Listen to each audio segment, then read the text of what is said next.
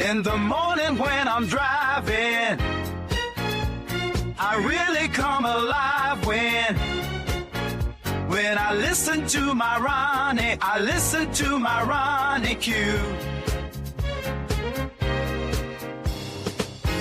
They are rare and they are few who can compare with Ronnie Q.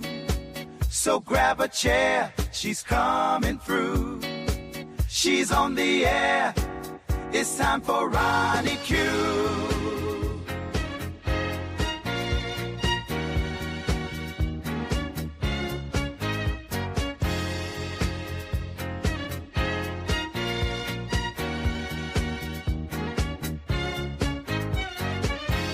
They are rare and they are few who can compare with Ronnie Q. So grab a chair, she's coming through. She's on the air, it's time for Ronnie Q. Ronnie Q. It's time for Ronnie Q. Ronnie Q. It's time for Ronnie in the morning while I'm driving. Ronnie, I really come alive when it's time for Ronnie Q. I listen to my Ronnie. Ronnie, I listen to my Ronnie. It's time for Ronnie Q.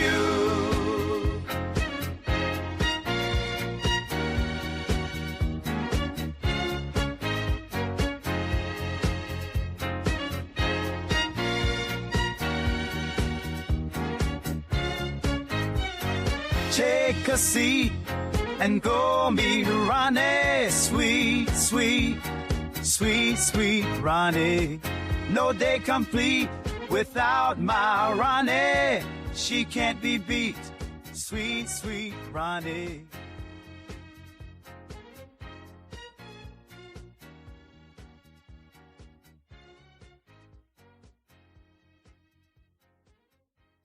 Good morning, good morning. Thank you guys for being here.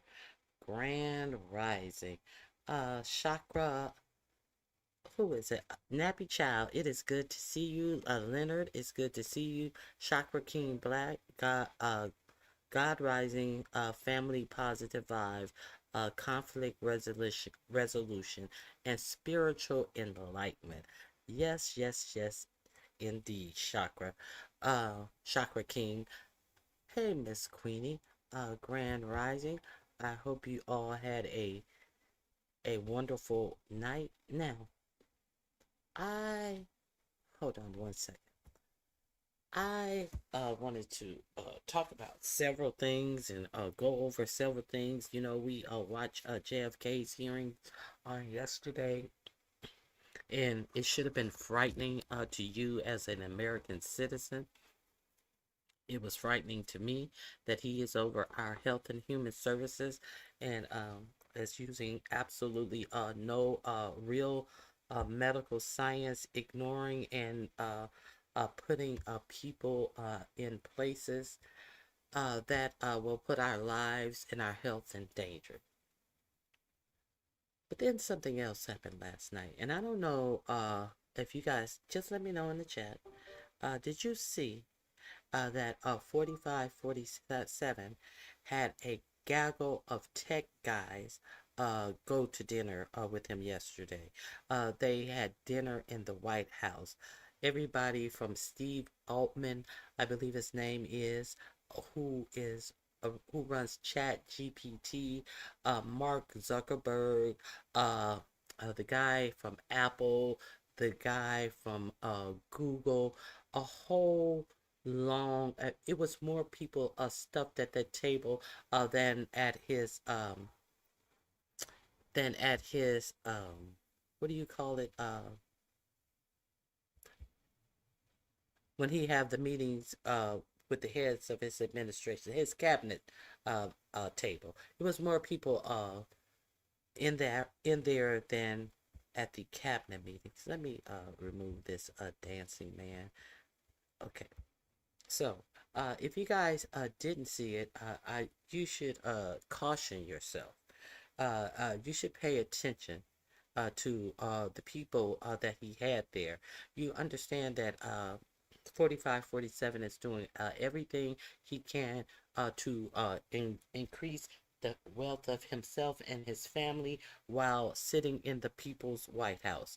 Now, I also, in my opinion, no, it's fact. Okay, so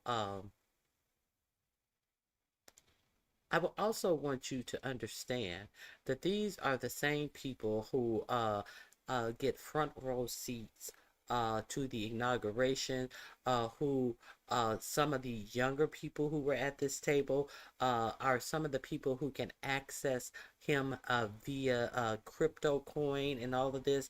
And we do understand that crypto is going to be the regulations, or not so many regulations on crypto, are being written up under this administration. And 4547 is making a big money off of this unregulated crypto coins. So let me I'm just going to share a little bit of this White House meeting so you can hear what these people are telling 4547. Here we go. Just a little the meeting of the alleged best minds, and they're congratulating Melania about her education, something that she has to do with education and all of this. Melania. Okay, let's check this out a little bit. Foot in each one of these worlds and being part of it. So thank you. Thank you very much. And Sergey, you were saying a lot in the Oval Office. I figured just somebody I would be remiss if I didn't tell you that Bill Gates was there as well. that likes to speak with his really wonderful MAGA girlfriend. So would you like to say a few words? Well, baby, do you want to say something? I truly, every time I'm here or in your presence, I'm so grateful. So thank you. It's like, Thank you. I can't believe it every time, like the inauguration here. I think you're doing amazing work. Thank you very much. We actually were just with Leonardo? Leopold. Leopold. Should I mention? He's Yeah, one- sorry, he's I in wanted to- Venezuela. Airhead. Okay. He's sitting up here with his airhead girlfriend, who can only fawn over 4547. Can't get anything out. She's getting money and a ping. So thus she's sitting at the White House table with the richest people in the world. Okay. Bezos and his bimbo weren't there, but I'm pretty sure they were represented. Right. And you're applying a lot of pressure to Maduro, and I think that's phenomenal for an American president to actually be applying pressure there. Now you're applying a lot of pressure to Maduro. We do understand that there are 8 U.S. warships in the Caribbean, and one boat was exploded with 11 people, a small boat, allegedly carrying drugs to the United States, leaving Nicaragua, and the United States felt that they had the right to bomb this boat.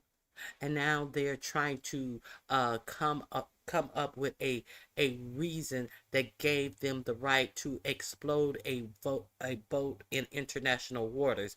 They said that the boat was on its way to the United States. The boat had left Nicaragua, and it was between Nicaragua and Trinidad. So where did they get that the boat was even coming? Now, it had 11 people on the boat. You have to understand, 11 people. If you're shipping drugs, you don't need that many people on the boat. All that room that these 11 people were taking up could have held some more drugs if that's what you're doing. Why are you having all of these people on the boat? Could it possibly be that they were trafficking people? And the United States just goes over there and blows them up. Now you got the rich guy sitting at the table talking about, I'm glad you're being tough on Maduro. So do you think that this is about any of the things that they are presenting to the American people when these billionaires are sitting up there thanking him for using our military to be tough on somebody who they want to say is not a duly elected president of his country? What the country that has the largest reserves of oil in the world? Think about that. In Venezuela, and then hopefully in Cuba and so forth. So there's a lot of civil rights work that you're leading. We didn't get a chance to mention. Hopefully in Cuba and other places. So there's a lot of civil rights things you're doing there. This billionaire is saying. So I warned you guys about the Hunger Games way before the election. When you hear this man talk, what is being done for the United States citizens? We're paying more for everything that we own. Now, these billionaires don't even want to pay property taxes. They say that they should not have to pay property taxes. Now they are getting tax breaks every which way but loose, and we are paying more in taxes relatively than they are. Our tax bill is higher than they are. We have to pay a higher percentage for taxes than billionaires. Now they don't even want to pay property taxes. You know, the property taxes that fix up the roads and construction of the streets that these billionaires and their wares and their things that they create to sell to you, who have to pay a higher taxes to them. They don't even want to pay for the roads and the airports and all of this stuff that they're using. Make that make sense. So who's going to pay it? It still has to be paid. So they want to put that off on the regular people. I just want you to see who you got sitting here. You got Bill Gates sitting here on the same day that the Health and Human Services person went before Congress and tried to make an excuse for changing the vaccine rate for Americans, not allowing people to choose which vaccine they take. Florida has eliminated the vaccine schedule for children going to school entirely.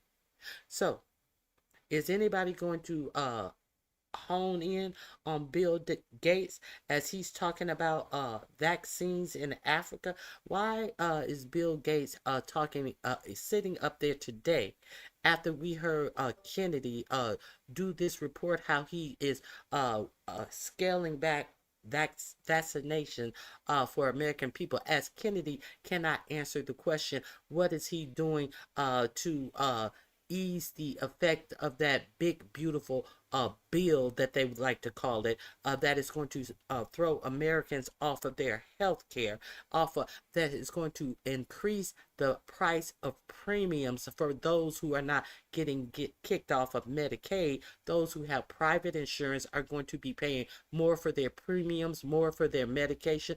But he's talking about vaccines in Africa. After all of that shit, let's get to him.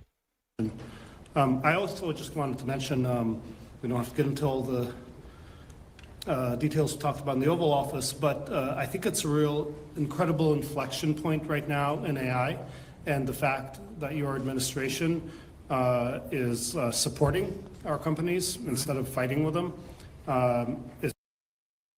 It's a good thing that your administration is working with AI and not fighting with them. It's so refreshing. It's hugely important. Obviously, it's a global race, and I think we're at the cusp where these AI models are about to become profoundly useful, kind of beyond the, okay, wow, it's cool, it can do that, but actually day-to-day incredible utility, incredible productivity. So very great. They're going to become very useful in productivity, very useful. It's not going to be just making cute little pictures of what you may have looked like as a baby, or doing clip art for your thumbnails. Oh, it's about to come useful. Okay, remember that. Put a pin in that. Okay, let's hear For your from other administration people. support. Well, you had a very good day yesterday. Google had a very good day yesterday. And you want to talk about that big day you had yesterday? Well, I'm glad it's over, and Don't forget, Biden was the one that prosecuted that lawsuit. You know that, right? look, it's a long process. I appreciate that your administration had a constructive dialogue, and we were able to get it to some of resolution. I would. So he was being prosecuted under Google. The chair of Google was being prosecuted. Google was being prosecuted under the Biden administration. But all of a sudden that disappeared on 45, 47. It was a long process. We had to have a lot of conversation. How much did you have to pay? How much did you have to pay?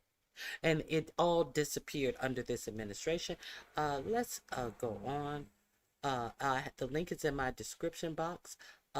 If you would like to check it out.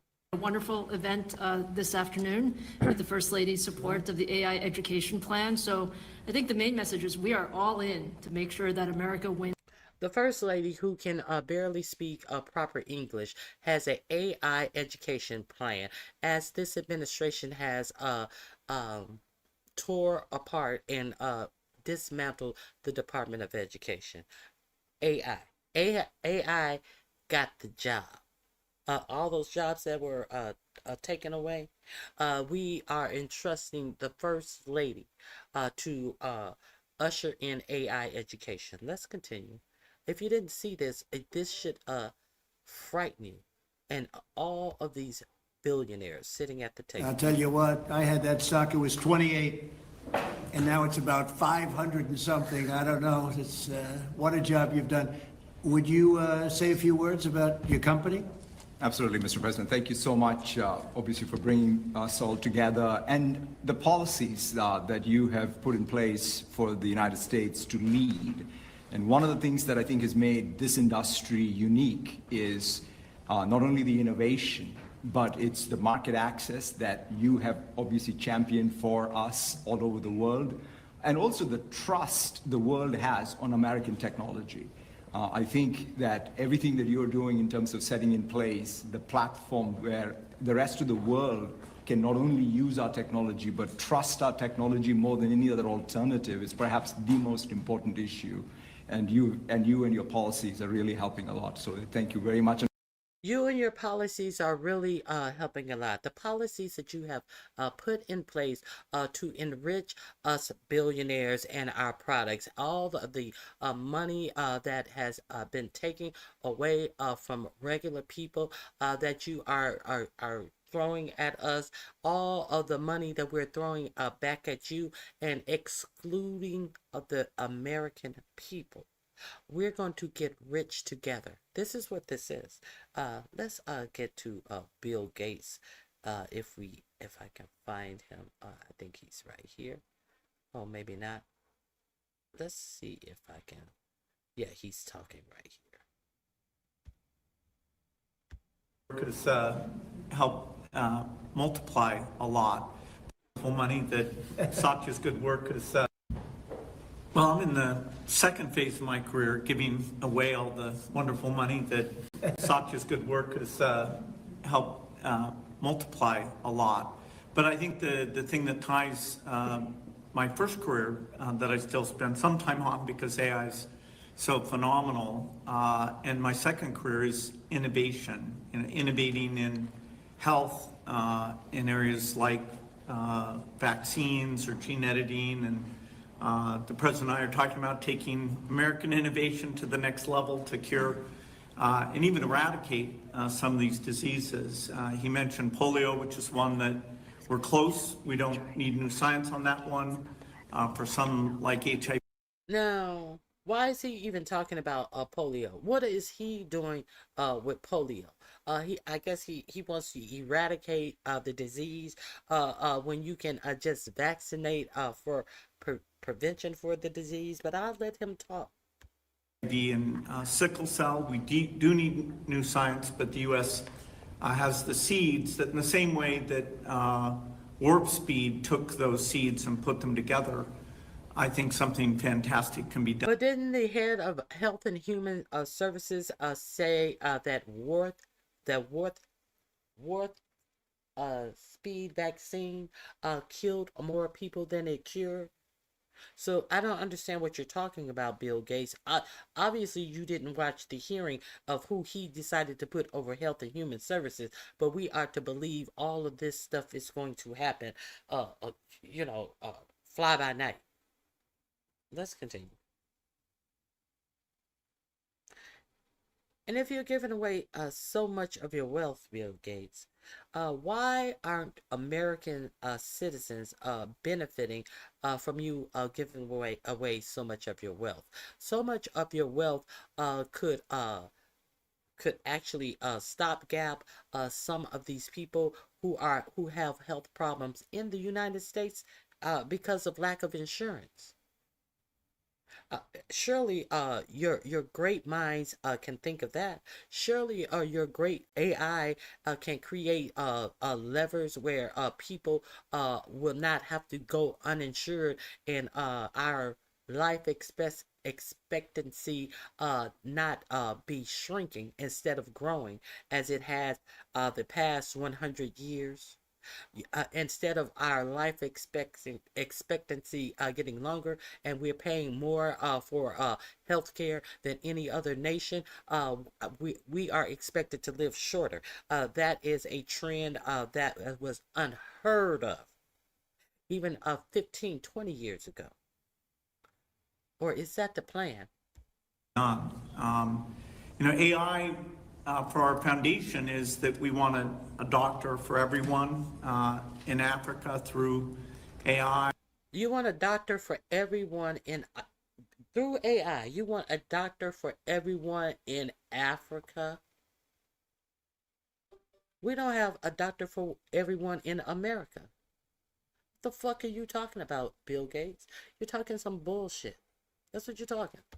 We want farmers to have incredible advice, and kids to have a chance to learn. So, you want farmers to have better advice. What is it? What is advice going to do when the farmers are struggling under these tariff practices? What is advice going to do when you are the biggest promoter of GMO in farm seeds, and thus why other nations are refusing to buy our corn and soybeans? If you haven't been over here, I went into great detail about how corn is just drying out in silos because other nations don't want any part of our corn even to feed to their animals because of the GMOs. I just want you to see who's sitting at this table. The work being done by the people at this table is changing the world. It's coming fast, so it's great. We all get together and talk about how the U.S. can lead in this key area and apply it even to the poorest outside the U.S. as well as to our great citizens. So thank you. So we want to run the world. We see how great this is going in the United States. So let's take it everywhere. Let me see what you guys, if you guys are still here. Hey, Brown Sugar 74. Bill Hates has no expertise in anything. They just let him cosplay because he's rich. Most car insurance just went up in California. Hey, Liz, how you doing? Hey, Detach Myself. Hey, Outspoken. Thank you guys for being here. Hey, Beans. Okay, so this link is in my description box. There was a question and answer section in this little meetup of the billionaires and 4547. Let's see what question is ignored all the time. You're gonna hear this question that happens to get ignored. Oh, I will show you Steve Altman. We're getting to the AI of it all. With the Steve Altman. I didn't let you see him. I will let you see him as well. Report coming out, the first since the BLS commissioner who you fired won't be there. A lot of people will be turning to you to see if you believe the data that's released. Can you commit to saying the data will be credible? The number, I don't know, they come out tomorrow, but so the jobs reports come out today. The last time the jobs report came out, he fired the woman who did the job report. So she asked, are you going to trust the data tomorrow, which is today? And he said, we'll have to see. We will have to see because we put someone who is who is part of Project 2025 over the jobs data. So do you think you are going to get accurate jobs data? See, this is, I'm saying this for a reason, because these are the jobs that the American people are supposed to have. So do you think you're going to get an actual jobs report from somebody from Project 2025 who is a Trump loyalist? the real numbers that I'm talking about are going to be whatever it is, but will be in a year from now when these monstrous, huge, beautiful places, they're palaces of genius, and when they start opening up, you're seeing, I think you'll see job numbers that are going to be absolutely incredible. Right now, it's a lot of construction numbers, but you're going to see job numbers like our country has never seen before. Thank you very much. So the real jobs numbers are going to come in a year from now, when all of these bright minds here sitting at the table create the jobs for you. What about the jobs right now? So the American people have to wait for jobs until these people create jobs for you. Okay, I did a little segment the other day about this app that this tech bro had created. It will they said the app eliminates the need for a resume.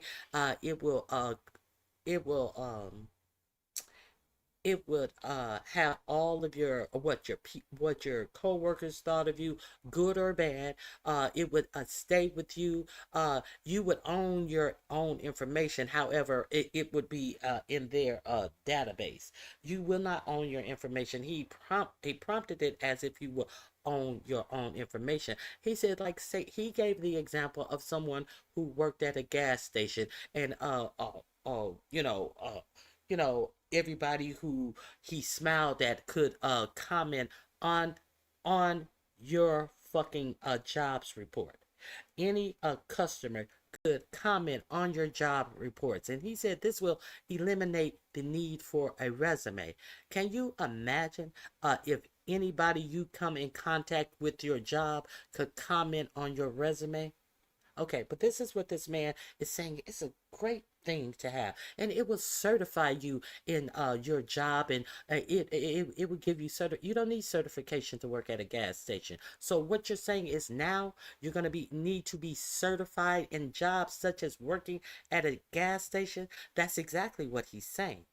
Okay, so this is the motto and the mindset of these AI people. Mr. President, I have two questions for you. First, after your phone call with Ukrainian President Zelensky today, do you plan to speak with Russia's President Putin in the near future?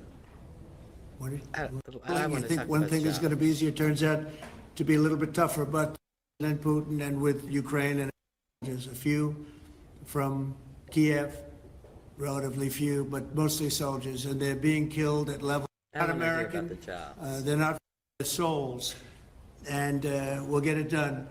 But that's turned out to be the most difficult of the group. You know, I settled 3 wars. One was 31 years going. Oh, God. A lot of people, but we'll get it. We're going to get it settled. Mr. President, Senator Bill Cassidy said effectively we're denying people vaccines. Do you have full confidence in what RFK Jr. is doing? Well, I didn't get to watch the hearings today, but he's a very good person. And he means very well, and he's got some little different ideas. I guarantee a lot of the people at this table like RFK Jr., and I do. But I guarantee you a lot of people at this table like RFK. He has some different ideas, and now you're going to put it on the people at the table for his crackpot ideas that were demonstrated in that hearing yesterday. So who gives a fuck if these motherfuckers at the table like his crackpot ideas? These motherfuckers don't have to go to a doctor. The doctor comes to these motherfuckers. But we have to go to the doctor. These motherfuckers can get the best doctors in the world, but we are under the guise of a fucking idiot, a vaccine denier. Okay, let's keep it clear. Let's keep it clear. Pay attention to what's going on in front of you. They're putting it in your face that they know best for American citizens under all conditions. And they have AI that is approving surgeries.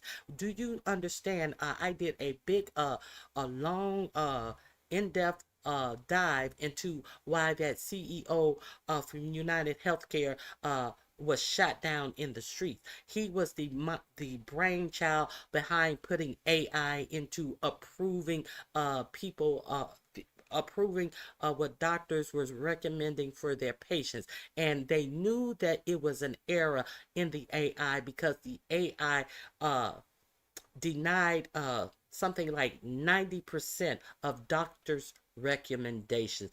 Doctors who work under the United Healthcare umbrella, they got AI to come in and deny whose healthcare? Your healthcare. Okay, let's continue. He's got a different take, and we want to listen to all of those takes. But I heard he did very well today. But it's not your standard. It's not your standard talk, I would say, and that has to do with medical and vaccines. But if you look at what's going on in the world with health, and look at this country also with regard to health, I like the fact that he's different. Okay. Do you support the FDA's decision to limit approvals of the COVID vaccine? Did you hear that question? Do you support the FDA approval of limiting vaccines? No answer. Oh, we didn't hear that. Mark Zuckerberg, you heard that. You heard that. Bill Gates, you heard that question. Bitch right here, you heard that question. All of y'all heard this question. Tariffs, sir, which you're considering imposing, and have you just Approvals of the COVID vaccine. Limit approvals of the COVID vaccine. On semiconductor tariffs, sir, which you're considering imposing, and have you discussed that with any of the leaders? Yeah, I have. I've discussed it with the people here. Chips and semiconductors. And we'll be putting tariffs on companies that aren't coming in. We'll be putting a tariff very shortly. You probably are hearing we'll be putting a fairly substantial tariff on, not that high, but fairly substantial tariff, with the understanding that if they come into the country, if they're coming in, building, planning to come in, there will not be a tariff. So investment. If they're not coming in, there's a tariff, fairly substantial. Do you support the FDA's decision to limit access to the COVID? Well, I don't know if they're building here, and for the most part, I think they're building here. That's probably why they're here for the. But like I would say, Tim Cook would be in pretty good shape. Do you support the FDA's? Did you support the FDA's decision to? Mr. President, are you urging or encouraging any candidates in the New York City mayor's race to drop out to clear the field? No. Okay. Now we're going to start talking about Mondami, who beat Cuomo and is the Democrat candidate. They say that he's a communist now. Now he's a communist. A communist is someone who believes that the government should own parts of businesses. So let's see what they have to say to this question. No, I don't like to see a communist become mayor, I will tell you that. And I don't think you can. So he doesn't want Mondami to win But it seems as if all of these Democrats who are beholden to big money and their bullshit, they are not saying the things that the people want for themselves. And it seems as if Mandami is. Now, here they are asking questions all the way up to the White House so he can put his thumb on the scale when the people are saying what they want. That's why the people have a vote. But will they much longer? We're going to talk about that as well. Win unless you have one-on-one, because somehow he's gotten a little bit of a lead. I have no idea how that happened, but I'd prefer not He has no idea how he got a little bit of a lead. He has a large lead. He has a large lead. And you have no idea how that happened.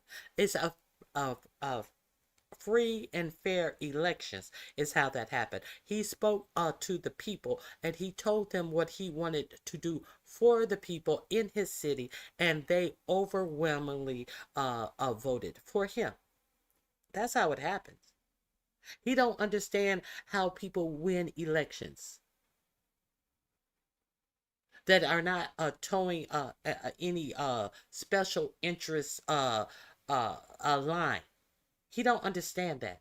He don't understand how somebody who talked to the people and seeing what the people need, obviously, talking about grocery stores, talking about transportation to get them around the city. He don't understand that. A billionaire doesn't understand why you are not picking the pockets of the average American citizen to the point that everything is so fucking unattainable because everything is so expensive and everything has risen in prices except for wages in the United States. Let's continue. have a communist mayor of New York City, and, you know, that's what he is based on his policy, if you look at his statements in the past. So I would like... So, this is a man who I think he has a local seat. He said he's a communist mayor based on what he sees. Okay, he's a communist. But isn't this the same man who sat down with Intel when Intel was falling apart? And I got a little clip for you to let you understand. He said that he read an article that Tom Cotton wrote about the CEO of Intel, and he didn't say nice things about the CEO of Intel. So he had the CEO of Intel come in and have a talk with him based upon an article that Tom Cotton wrote. This came out of his mouth. This ain't coming out of my mouth. Off an article that somebody wrote. He didn't know shit about him, but he decided to take Tom Cotton's word on it, and he had the CEO to come sit down with him, and they had a talk, and he did say some things that, you know, made me think that, hey, maybe they could get Intel back on track. So I told him that the government, if we do this, the government should take 10% of Intel. Now, what is that? The government owning a private company. That is what communist is. But he's talking about Mandami, who is talking about doing something for the people that the people need and the people want. And they're throwing this word communist out like, oh, that's the worst thing, while he's actually doing communist actions in your face. But Mandami, who's want to do something for you to survive and not drown in this economy, he's a communist. That's what the link is in my description box. Let me see if you guys are still with me. Thank you, Liz. I appreciate your support. AIs are taking over the jobs soon. Hey, True Line, not one wealthy black person at the table. I'm listening. I'm doing some housework before I leave for work. I hope you have a great day at work. Brown sugar. Okay.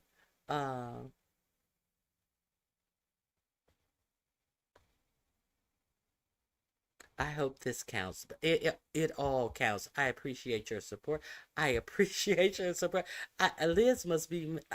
Liz, thank you for helping me complete my goals. I really appreciate you. Good afternoon, soul sister. It is good to see you. Now let's get to Leonard. That's why I'm here. Am here to talk about the jobs. So let's talk about the jobs, Leonard. I have a couple of more things that I want to share with you about these people that you see sitting at this table, pontificating about jobs and this and that and the other. So let me see. Okay, that's not the one I want to show right now. Bear with me 1 second. I appreciate viewers of you. Thank you for helping me reach my goals. I appreciate you because I really just want to give you this information. It's kind of frightening. Okay, let's talk about jobs. I'm gonna share this with you real quick.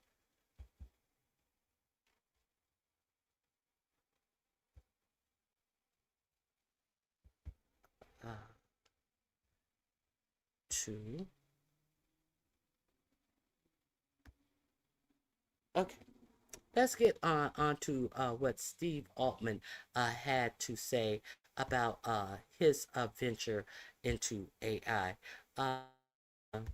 Share this first one with you. The future of jobs. OpenAI CEO Sam Altman has to say about the future of jobs. A lot of jobs just go away. Every technological revolution does. They will enhance many jobs and make them much better, much more fun, much higher paid. And they'll create new jobs that are difficult for us to imagine, even if we're starting to see the first glimpses of them. But I heard someone saying that the dignity of work is just such a huge deal. We've really got to worry. Like, even people who think they don't like their jobs, they really need them. It's really important to them and to society. And also, can you believe how awful it is that France is trying to raise the retirement age? We as a society are confused about whether we want to work more or work less. Certainly about whether most people like their jobs and get value out of their jobs or not. So if we can move more of the world to better jobs, I think that's great. I'm not nervous about it at all. I think like these systems will make a lot of jobs just go away. Every technological revolution does. People are not confused on whether they want to work more or less. People are very clear that the inching up of the retirement age is ridiculous at the rate that people have to work. Not just one job, not just two jobs. Some people are out here working 3 jobs. They have no choice in the matter. And with ever increasing retirement ages give them no choice. And if they had the choice, a lot of them cannot even retire because they still must work. Okay, so he was at the table. I just want you to know that he was at the table. So let's see the comments that he had to make at the dinner. When I went past it because someone else had a better camera view of what Altman had to say at the dinner. Oh, wait a minute. This isn't it right here. Hold on. I'm gonna get it for you. 1 second. I needed you to actually see his face as he said what he said about the big Chat GPT 5. Okay. It could be here. Okay, here we go. Here we go. Let me give you some more of what the brainchild of Chat GPT 5 has to say about he is hold on.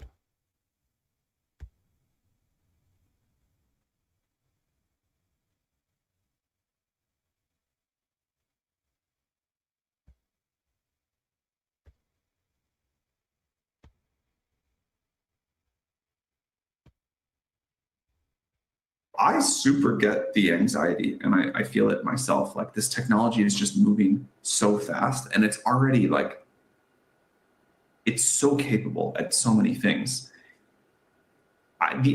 This reminds me of something like the Industrial Revolution or the Computer Revolution, like these giant technological revolutions where a lot of jobs change. Maybe they don't go away, but they change in terms of like how you spend your time doing them. But the only way here, I think, to succeed is to be on the front end of adoption. Like, AI is coming, and you need to figure out how you're going to use it in your life, in your career, and benefit from this, not have it just sort of like, not like pretend like it's not coming along. So Yeah. I think early familiarity with the tools and figuring out how your particular job or some kind of new job you want to move into is going to change feels. Okay, so your particular job is going to change, or you're going to have to figure out how you're going to manage your particular job under this AI, or you may want to move. But what if you do not want to move? What if you have gone to school to do a job? What if you have gone and taken a trade? What if you have done neither and have been on your job 12 to 15 years, too early to retire, and too late to get into a new career? What if any of these things? What if you just want to stay at your job because you're performing your job well? Well, he says because what he is creating, you are going to have to decide what you're going to do when AI is taking over your jobs. Critically important. And someone actually had a really interesting comment. I want to read. Okay, so let me show, I think I have him at the White House. Here his statements at that big beautiful dinner. This link is in my description box under jobs. Be aware. Either way, any of these things, energy is like a really serious thing, right? Sam, you're a big leader of a very new industry at a very young age. You're a young guy.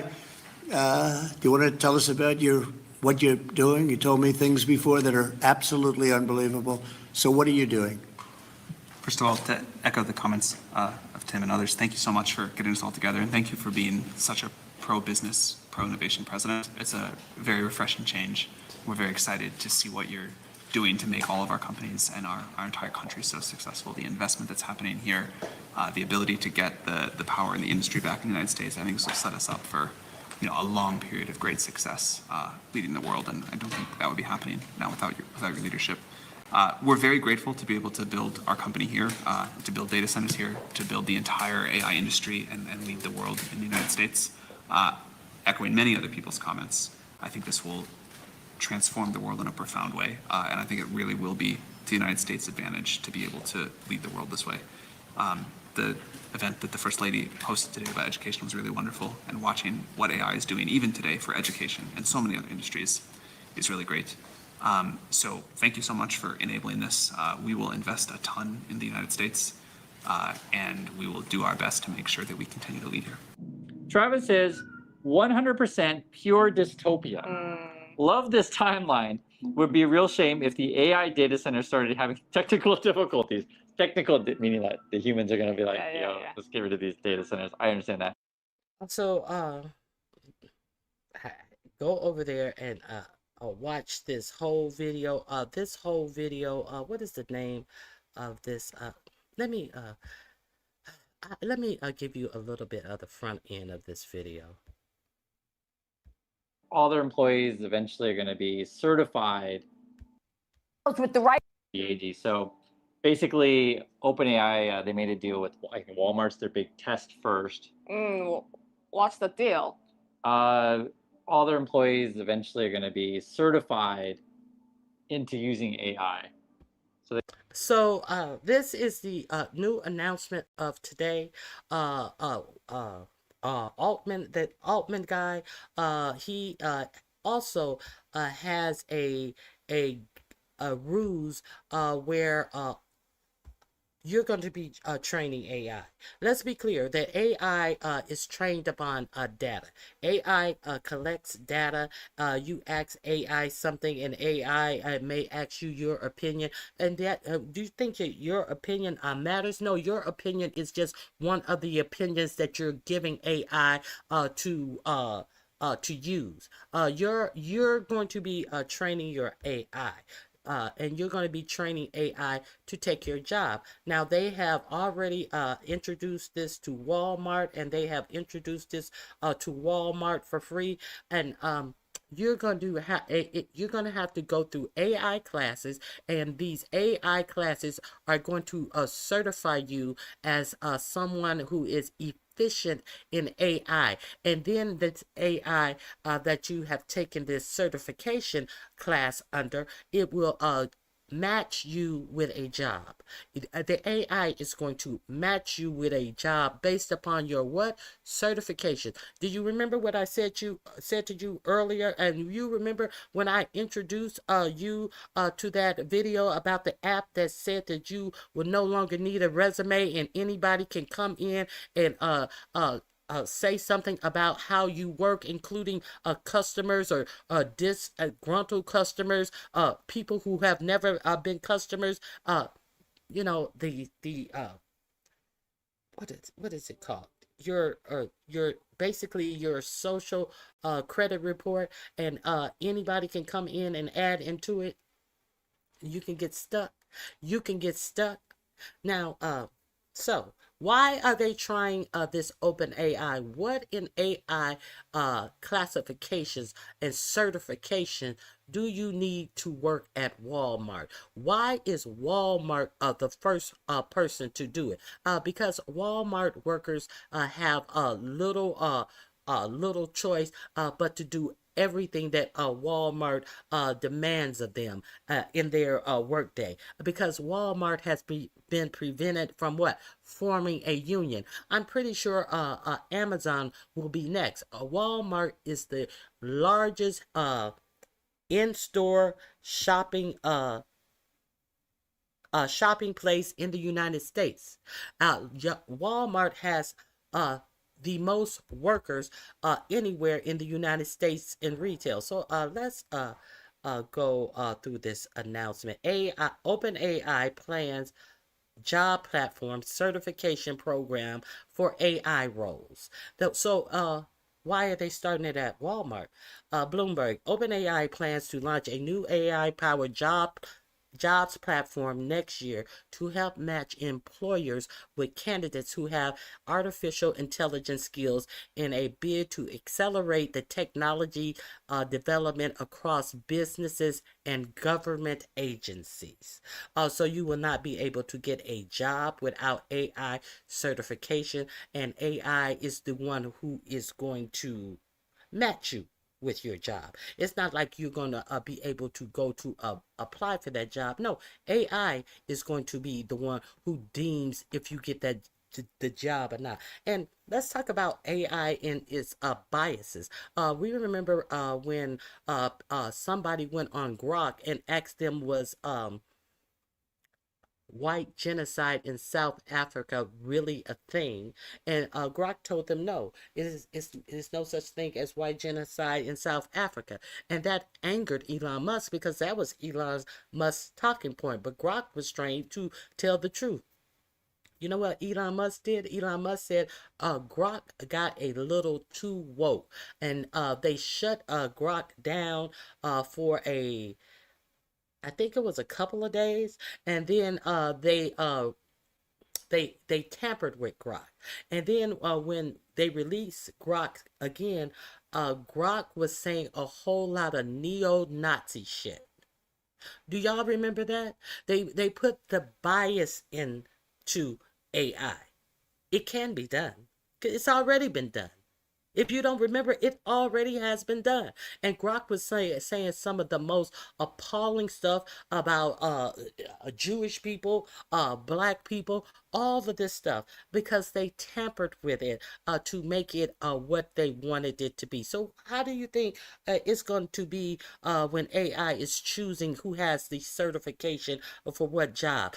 You know, DEI is a bad thing. You know, they are going to automatically engineer the point that there is no such we cannot use DEI. So will black people be able to even get jobs? Now, this is a big announcement. Okay. A bid to accelerate the technology's development across businesses and government agencies. The ChatGPT maker will also introduce a new certification program in the coming months that will teach workers how to better use AI on the job. OpenAI is working with multiple organizations on the program, including Walmart Inc., the largest private employer in the United States. OpenAI said it plans to certify 10 million Americans by 2030. The company unveiled the jobs initiative Thursday in conjunction with a White House task force meeting on artificial intelligence and education hosted by First Lady Melania Trump. You heard him mention that. Tech industry leaders, including OpenAI, Sam Altman, and Alphabet Inc., Sunday Pichai attended the event.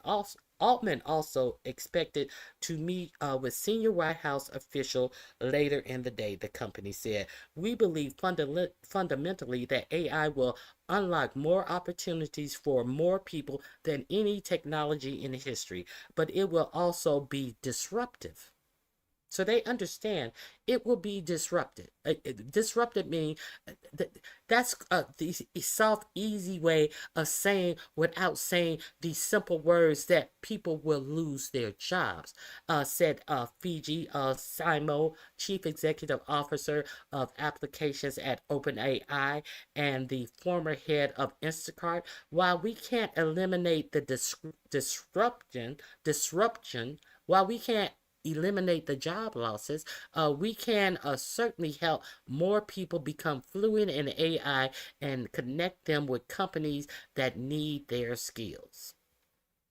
How many companies gonna need your skill when you train AI to do your job? How many companies are going to need your skill? Okay, for the jobs platform, OpenAI plans to use AI to help match local governments and companies of all sizes with potential candidates. Local governments. Do you wonder why they said that federal workers were bureaucracy and they got rid of all of these federal workers? You know that these federal jobs in Washington D.C. and all over the country are a big reason why a lot of people were able to climb out of poverty into the middle class.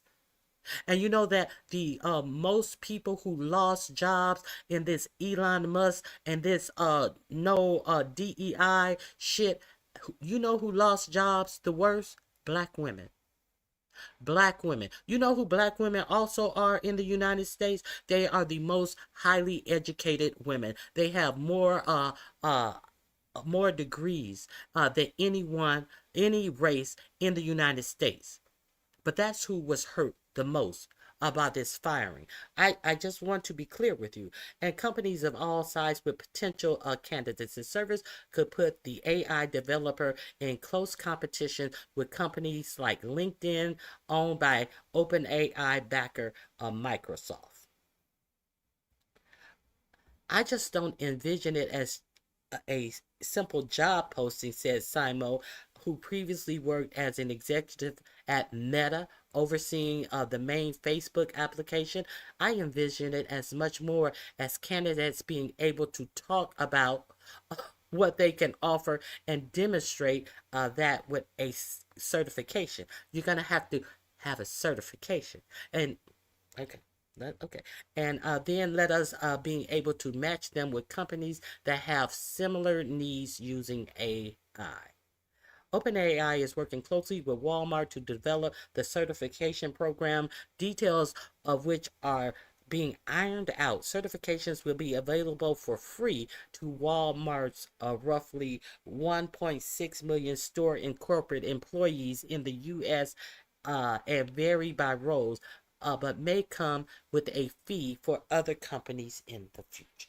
So do you see why Sam Altman was praising 4547 and what they're doing to opening up AI, and like they were their hands were tied, and you are the first one who sees our vision. Like seeks like, greed seeks greed. They don't give a fuck about. We think that the future of retail is going to be determined by a mixture of people and technology, said John Furner, CEO of Walmart's U.S. Employees are already using AI for many tasks, such as planning shifts and ordering inventory, and additional tools are getting rolled out for shoppers and suppliers. The goal, he said, is to use technology to free up staff's time on the most value added activities, including interacting with customers. Walmart, you think we think that you believe that is valuable for your associates to interact with customers? If we were to believe that, you would have enough people working in these motherfucking stores when you can't find shit in that motherfucker and can't find nobody to work there to tell you where the shit is in the first place. Do you think that we believe that you give a fuck about your employees interacting with the customers? Now, who is that? I know some stores have those little kiosks at the end of the aisles, at the end of not every aisle, certain aisles where you can scan a product and you can get the price or something. But that's the only thing you can do with the kiosk. So, do we think that they give a fuck about that customer? No, they don't give a fuck about that customer. They give a fuck about you paying them. They give a fuck about getting rich from them. And how can they get richer? They can eliminate having to pay employees. Let's keep it clear. As companies race to incorporate AI, they have been mounting concerns that the technology may replace entire categories of job. A recent study by Stanford University researchers found that over the last 3 years, employment has dipped 13% for people who are just getting started in fields are determined to be the most exposed to AI, such as accountants, developers, and administrative assistants.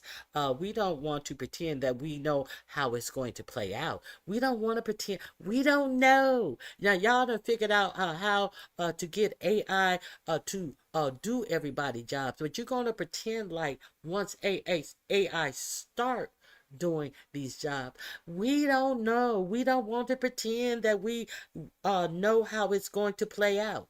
You do know how it's going to play out. You can engineer all of this and then try to act like you don't want to pretend like you know how it's going to play out. Simo said, instead, what we want to do is have solutions for every kind of worker to be able to adapt to this new world. New world what? New world order? So this is what they're telling you. This is what they're telling you.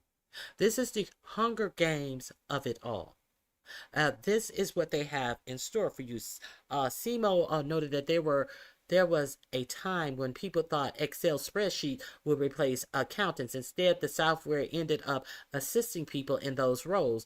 Oh, that's a she. She said, likewise, further highlighted, likewise, Furner highlighted online pickup and delivery roles that didn't exist decades ago and now make up a big chunk of Walmart's current workforce. So, pickup and delivery. hey, we still got pickup and delivery jobs for you. We still have quotas that we are going to demand of you to the point that you're going to have to piss in your water bottles like the Amazon workers. But hey, you got a job. The higher paying upper scale jobs, no, we don't need you for that. We rather use AI. But you can be a fucking like a rat chasing in a rat wheel and just deliver packages. But you got only if you're certified though. Only if you're certified. Okay. Let me see. Okay, decades ago, now make up a big part of Walmart workforce. Okay.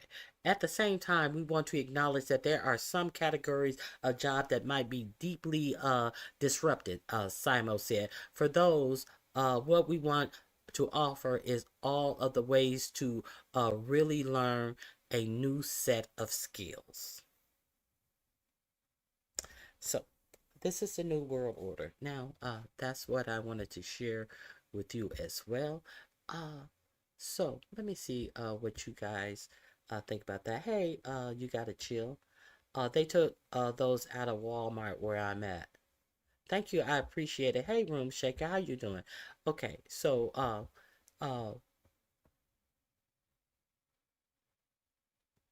progress doesn't wait. Thank you, Roddy Q, for staying on this. Personally, I believe at the drop of a hat, things will change. Move accordingly. Move accordingly. They are changing them real quickly. Now, since you brought that up, let me share this with you. I appreciate you bringing that up because I have something else I would like to share with you.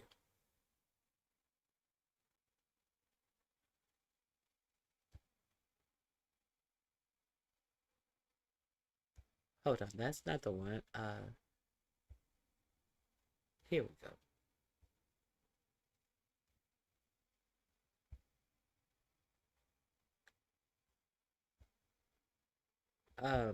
Things are changing rapidly, and we are not in on the deal. We are not in on the deal at all. Oh my goodness, that's not it either. Hold on, 1 second.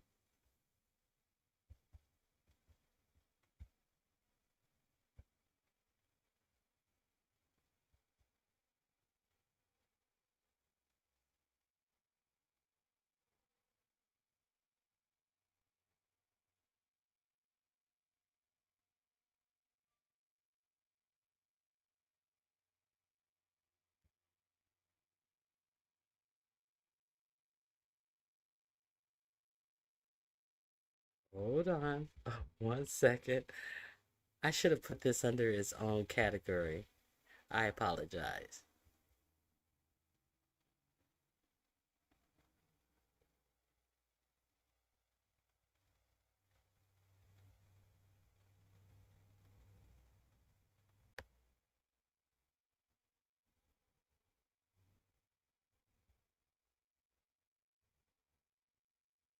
Huh.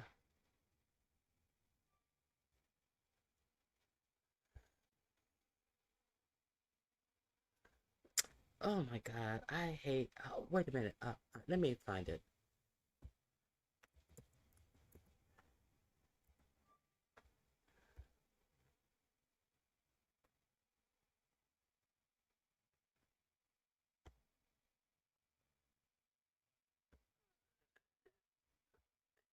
Here we go. Okay, here we go. I found it. Stay with me, guys. I'm just trying to give you some information. This is under Diary of a CEO. The Diary of a CEO, Dr. Roman Yampolsky, these are the only 5 jobs that will remain in 2030. So this is his opinion. Do with it as you choose. He's going to break a couple of things down. 3 years ago, large language models couldn't do basic algebra. Multiplying 3-digit numbers was a challenge. Now they're helping with mathematical proofs. They're winning mathematics Olympiads, competitions. They are working on solving millennial problems, hardest problems in mathematics. So in 3 years, we closed the gap from subhumans to better than most mathematical. And we see the same process happening in science and in engineering. You have made a series of predictions and they correspond to a variety of different dates. And I have those dates in front of me here. What is your prediction for the year 2027? We're probably looking at AGI as predicted by prediction markets and tops of the labs.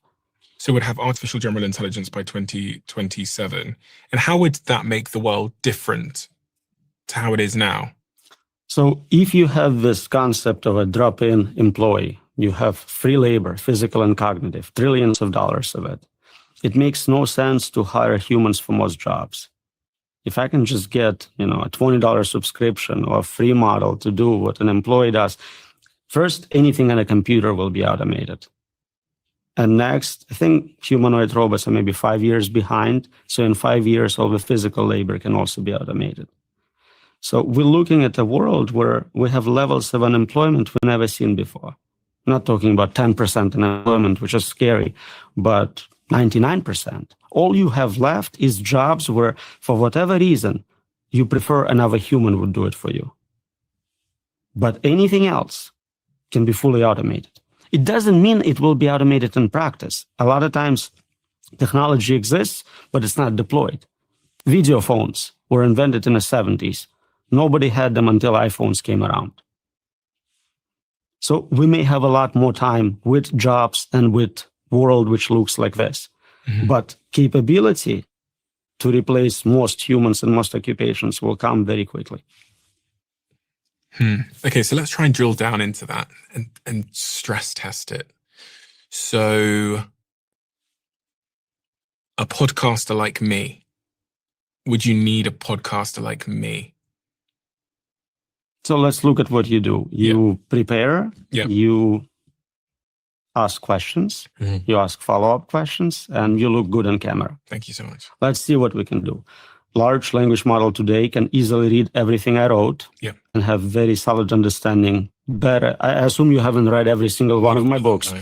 That thing would do it. It can train on every podcast you ever did, so it knows exactly your style, the types of questions you ask. It can also find correspondence between what worked really well, like this type of question really increased views. And that is why AI asks you, what do you think? Because it can enhance the understanding of different trains of thought.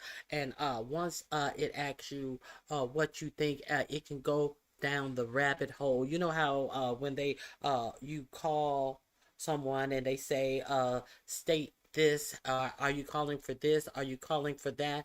I'm calling for I'm calling about my bill. I'm calling about my account. I'm calling about a new service. And they then direct you to new service. How can I help you setting up new service? Think of that on a larger scale of thinking. He's giving you an example. Type of topic was very promising, so you can optimize, I think, better than you can because you don't have a data set. Of course, visual simulation is trivial at this point. So you can make a video within seconds of me sat here and... So we can generate videos of you interviewing anyone on any topic very efficiently, and you just have to get likeness, approval, whatever. Are there many jobs that you think would remain in a world of AGI? If you're saying AGI is potentially going to be here, whether it's deployed or not, by 2027, what kind... And then, okay, so let's take out of this any physical labor jobs for a second. are there any jobs that you think a human would be able to do better in a world of AGI still? So that's the question I often ask people. In a world with AGI, and I think almost immediately we'll get superintelligence as a side effect.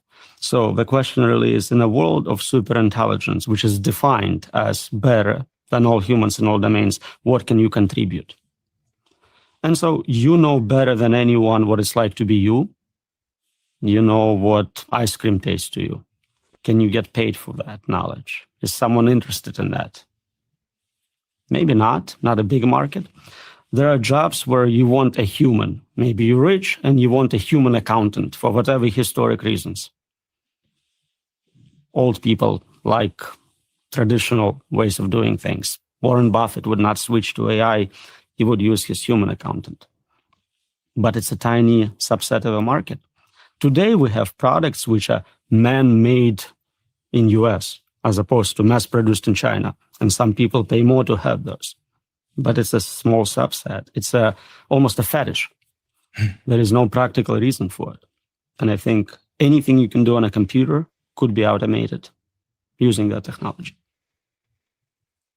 You must hear a lot of rebuttals to when you say it, because people experience a huge amount of mental discomfort when they hear that their job, their career, the thing they got a degree in, the thing they invested $100,000 into is going to be taken away from them. So their natural reaction, for some people, is that cognitive dissonance that, no, you're wrong. AI can't be creative. It's not this, it's not that. It'll never be interested in my job. I'll be fine because.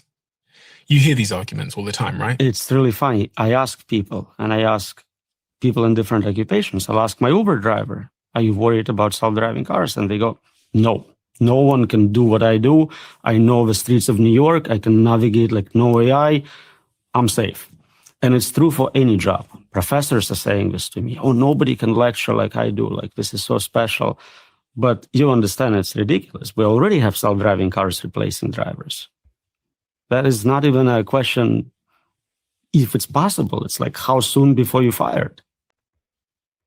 Yeah, I mean, I've just been in LA yesterday, and my car drives itself. So I get in the car, I put in where I want to go, and then I don't touch the steering wheel or the brake pedals, and it takes me from A to B, even if it's an hour-long drive without any intervention at all. I actually still park it, but other than that, I'm not driving the car at all.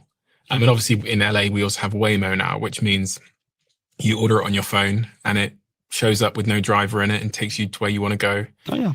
So it's quite clear to see how that is potentially a matter of time. For those people, because we do have some of those people listening to this conversation right now, that their occupation is driving, to offer them and I think driving is the biggest occupation in the world, if I'm correct. I'm pretty sure it is the biggest occupation in the world. One of the top ones, yeah. What would you say to those people? What should they be doing with their lives? Should they be retraining in something, or what time frame? So that's the paradigm shift here. Before, we always said this job is going to be automated, retrained to do this other job. But if I'm telling you that all jobs will be automated, then there is no plan B. You cannot retrain. Look at computer science. 2 years ago, we told people, learn to code. You are an artist, you cannot make money, learn to code. Then we realized, oh, AI kind of knows how to code and getting better. Become a prompt engineer. You can engineer prompts for AIs. It's going to be a great job. Get a 4-year degree in it. But then we're like, AI is way better at designing prompts for other AIs than any human. So that's gone. So I can't really tell you right now. The hardest thing is design AI agents for practical applications. I guarantee you in a year or two, it's going to be gone just as well. So I don't think there is this occupation needs to learn to do this instead. I think it's more like we as a humanity, then we all lose our jobs. What do we do? What do we do financially? Who's paying for it?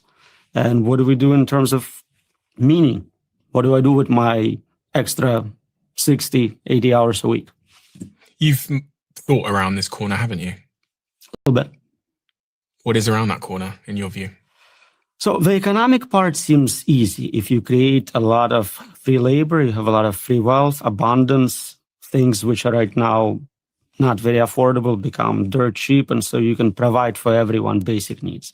Some people say you can provide beyond basic needs. You can provide very They don't care. They don't care about everyone's basic needs. So they care about their own need of greed. So they're gonna have everything, and we are expecting. We expect them to the people who have taken our jobs, who have AI'd our jobs away, who pretend like they don't know what effect AI is going to have on our jobs. Oh, are we going to then expect them to not pretend that we are out here with no job, no income, no money, and we think that they are going to supply our needs when they don't even want to pay any taxes. They don't even want to pay um, property taxes. The rich don't even want to pay. So how are they going to meet our needs when they don't care about our needs? They expect us to meet their needs. And here we go. Here we go. A nation of people here to be subservient and serve the rich. Good existence for everyone. The hard problem is, what do you do with all that free time? For a lot of people, their jobs are what gives them meaning in their life. So they would be kind of lost. We see it with people who retire or do early retirement. And for so many people who hate their jobs, they'll be very happy not working. But now you have people who are chilling all day. What happens to society? How does that impact crime rate, pregnancy rate, all sorts of issues nobody thinks about? Governments don't have programs prepared to deal with 99% unemployment. What do you think that was? Okay, so I gave you a little sneak of that. Let me drop this link in my chat again, because I think that people really need to understand what is coming.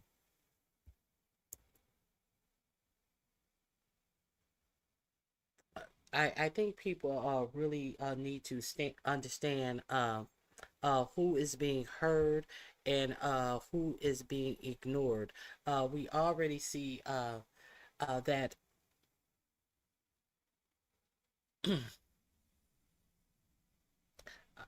we already see what's happening.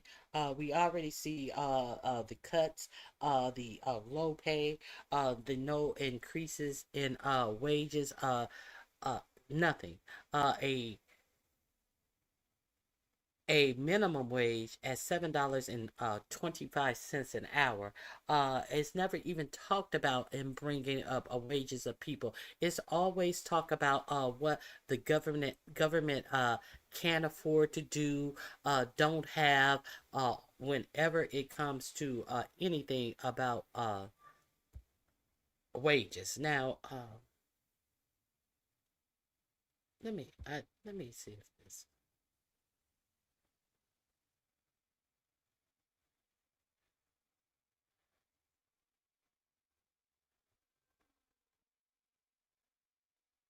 Oh, let's talk about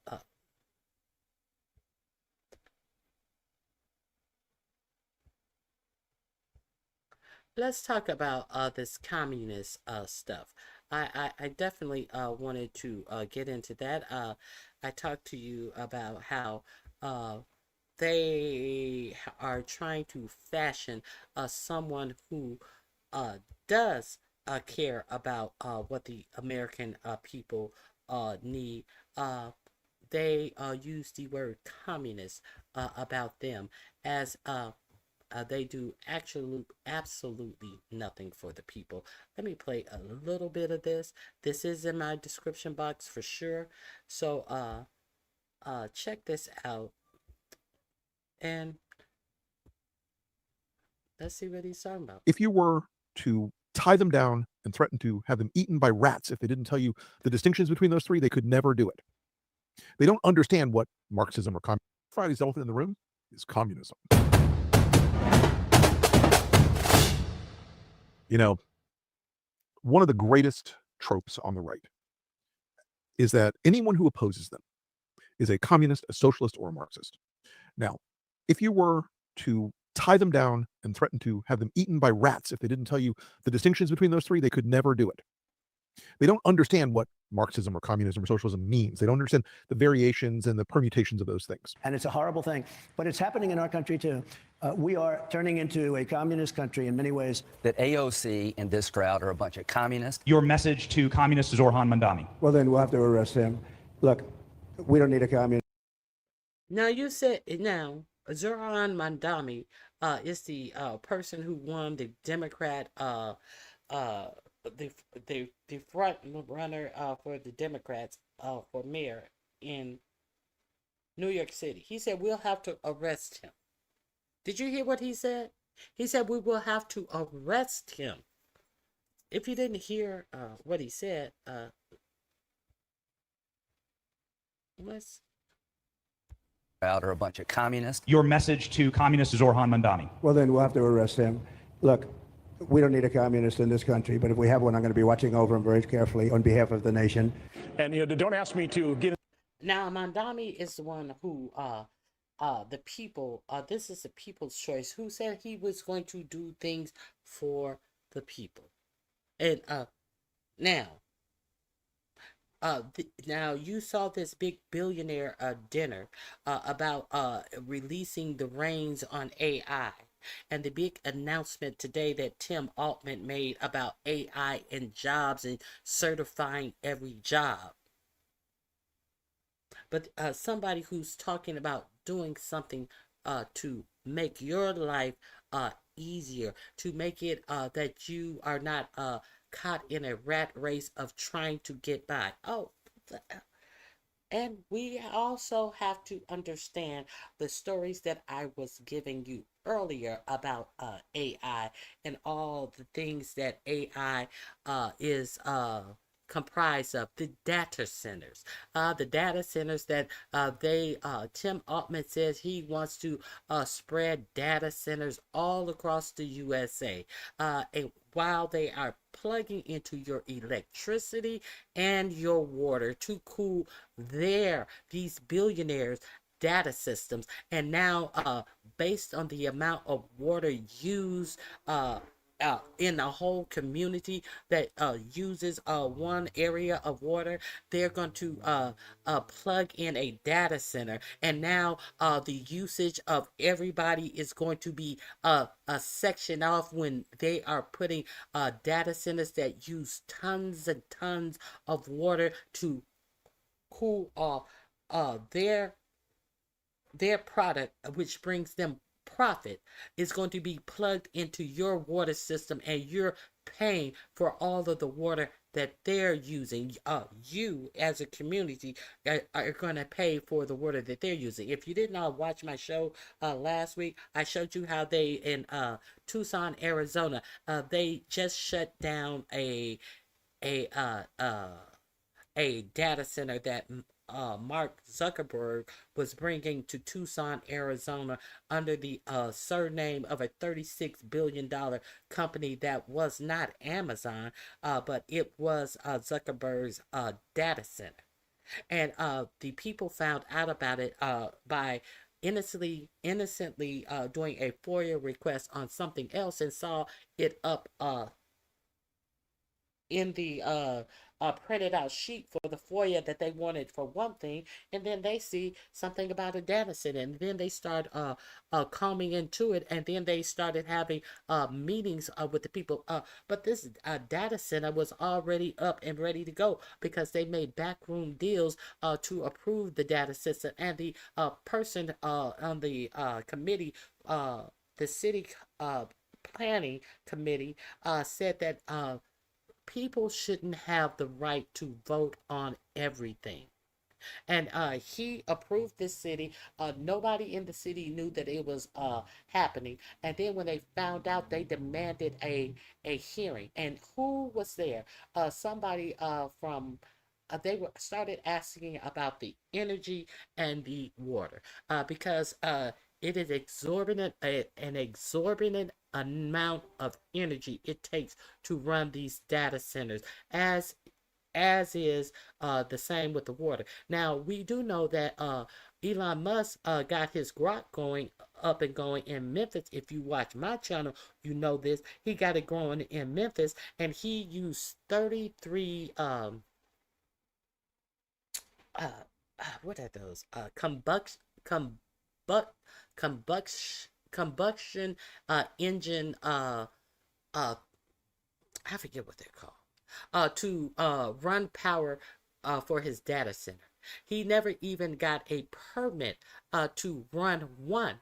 He was running 33, and the air quality in that black city in Memphis, Tennessee, that did not even know that a data center was coming there, and nor did he give a fuck about all the poisonous emissions that he was sitting out in Memphis, getting people sick, having people having hard time breathing.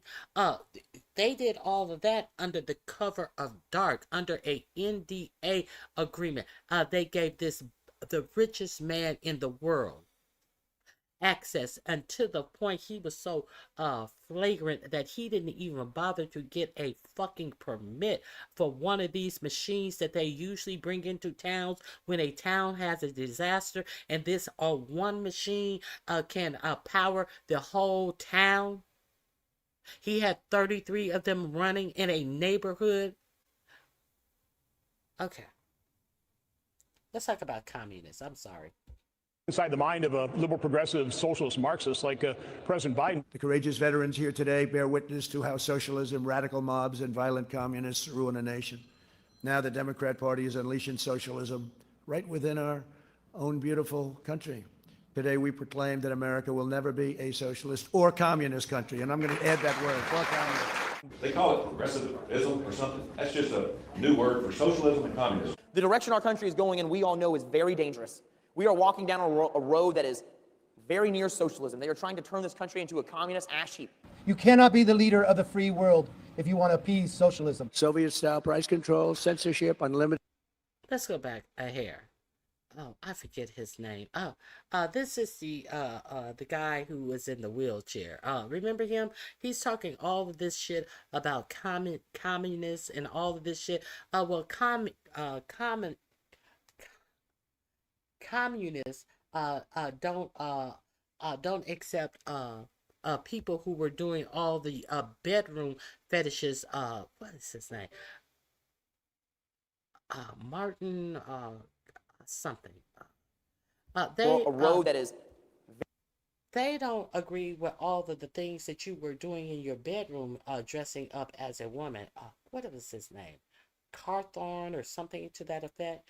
Now, these are the people who are coming out here saying that anything that is done to help the American people, we will scare you off of it because we will call it communism. As we are sitting in the private and the safety of our rhetoric, doing shit that is not approved of in our own party.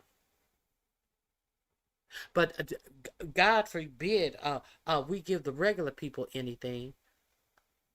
Carthorne or something like that is his name. Matthew Carthorne or something, I think his name was. And he when they found that out, he got booted. They rode his wheelchair down the steps of Congress and booted his ass out. And you have not heard anything more about this motherfucker. But he's talking about communists. Very near socialism. They are trying to turn this country into a communist ash heap. You cannot be the leader of the free world if you want to appease socialism. Soviet-style price control, censorship, unlimited migration from terrorist hotspots, and unchecked power for the deep state. This fight is no longer between Democrats and Republicans. This is a fight between communism and freedom. It's a very serious fight. I am not a Marxist, nor am I a communist, nor am I a socialist. Although America has what I like to call just the tip socialism. And it's not very much of a tip anymore, given the slaughterhouse that is the big bad bill for Medicare and Medicaid. But they're chanting over and over again, you're a communist, you're a communist. It appeals to a certain type of person who is politically unsophisticated, who is barely politically literate. It appeals to the kind of person who believes that saying those words is an irrefutable argument against the person who is somewhere to the left of the Proud Boys. You're seeing a lot of this in New York right now, where Zoran Mamdani has said he wants to open 6 state or city-owned grocery stores in food desert areas. And the reaction from the right has been, "Oh my God, it's communism! He's seizing the means of production. He's the vanguard of the new Bolshevism in America." Zoran Mamdani, born 1991, delivering a major upset in the New York City mayoral primary last night, a contest that some are saying could forecast the future of the broader Democratic Party. President Trump weighing in on Mamdani's expected victory just within the past hour, slamming him as a, quote, 100% communist lunatic and warning that, quote, Democrats have crossed the line. A self-described Democratic socialist, Mamdani poised to beat former Governor Andrew. Described Democratic socialist, Mamdani victory just within the past hour. I'm gonna read this whole tweet that he put out. Well, this whole lie social that he put out is finally happened. The Democrats have crossed the line. Zoran Mamdani, 100% communist lunatic, has just won the Dem primary, and is on his way to becoming mayor. We've had radical lefties before, but this is getting a little ridiculous. He looks terrible. His voice is grating. He's not very smart. He's got AOC and 3 dummies all backing him. And even our great Palestinian senator, crying Chuck Schumer. Now, be aware that Chuck Schumer is Jewish. So he's calling Chuck Schumer a Palestinian. Okay. Chuck Schumer, crying Chuck Schumer is groveling over him. Yes, this is a big moment in the history of our country. So, you heard him say he put him in jail. And nobody made a big deal out of that. They said that, look at him. They have equated him to looking like the people who struck on 9/11 because he has a beard. Look at him walking around with that beard. That bearded. I think beards are in fashion. You see people of all ages, races, sporting beards now. But look at him with that Muslim beard. But how dare, he's a communist. He wants to do something for the people in the food deserts. Well, we say you should just use your food stamp cards at one of these convenience stores. But it can't be hot food. You get some chips and some popcorn and shit. We'll let you use your EBT card on that bullshit where we have absolutely nowhere for you to buy food from. And we're not trying to figure it out either until we re-gentrify your area, and then we will have we will have what is that place I never go? We will not Trader Joe's. We will have Trader Joe's. We will have, what's that other grocery store I don't never go to that is always in freshly gentrified areas. Not Trader Joe's, the other one. You know, the other grocery store selling all of the organic vegetables way overpriced. We won't even try to figure out how to get just regular vegetables in the area until the area has been gentrified. Because surely you guys don't spend money on food. Your money don't spend like white folk money. Anyway, I digressed. Slamming him as a, quote, 100% communist lunatic and warning that, quote, Democrats have crossed the line. A self-described Democratic socialist.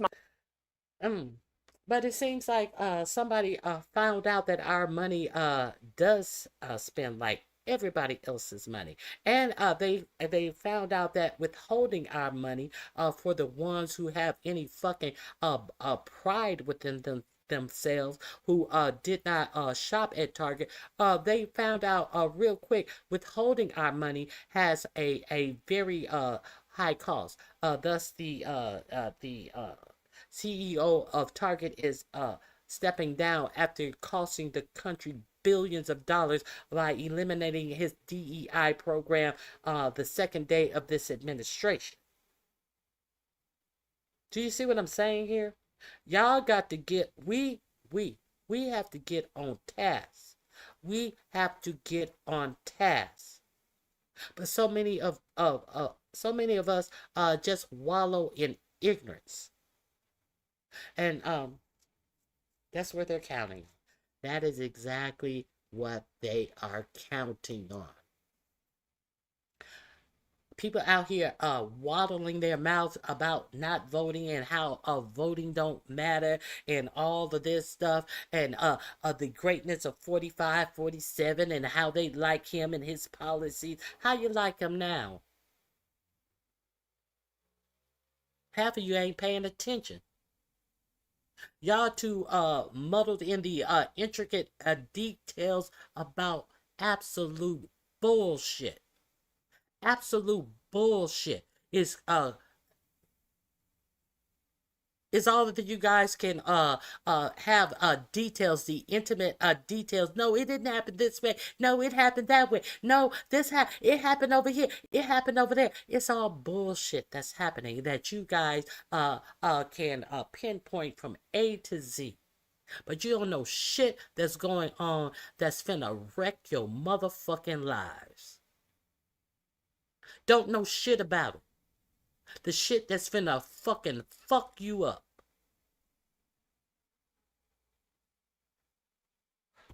Mamdani poised to beat former Governor Andrew Cuomo, who had been backed by prominent figures in the party's establishment after running on a platform that he says should serve as a model for the National Democratic Party. I think he's terrible. He's a communist. The last thing we need is a communist. I said there will never be socialism in the United States. Now we have a communist. So I think he's bad news. And I think we're going to have a lot of fun with him, watching him, because he has to come right to this building to get his money. And don't worry, he's not going to run away with anything. I think he's frankly, I've heard he's a total nut job. I think the people of New York are crazy. If they go this route, I think they're crazy. We will have a communist for the first time, really, a pure, true communist. He wants to operate the grocery stores, the department stores. What about the people that are there? I think it's crazy. And as you know, recently we've seen some of our political system attempting to overthrow the timeless American principles and other pillars of our liberty and replace them with some of the most noxious ideas in human history, ideas that have been proven false. Members of Congress and even former presidents have been openly embracing vile creeds such as socialism, Marxism, and straight-up communism. In New York, they're trying to elect a... You think this bitch know what communists mean? Do you think that this Joe Blow know what a communist is? Do you think that any of these people even know what a communist really is, other than a bad word to throw at a Democrat that's supposed to scare you like, ooh? Communist Zoran Mamdani, the guy who wants to defund the police, take over the stores and run the stores and have the people hand out goods. And when everything falls apart, it always does. It always works that way. It never has worked any other way. Anarchy and dictatorships prevail. This guy is a communist at the highest level. Anarchy and dictatorship coming from him. This is this year. This is this year.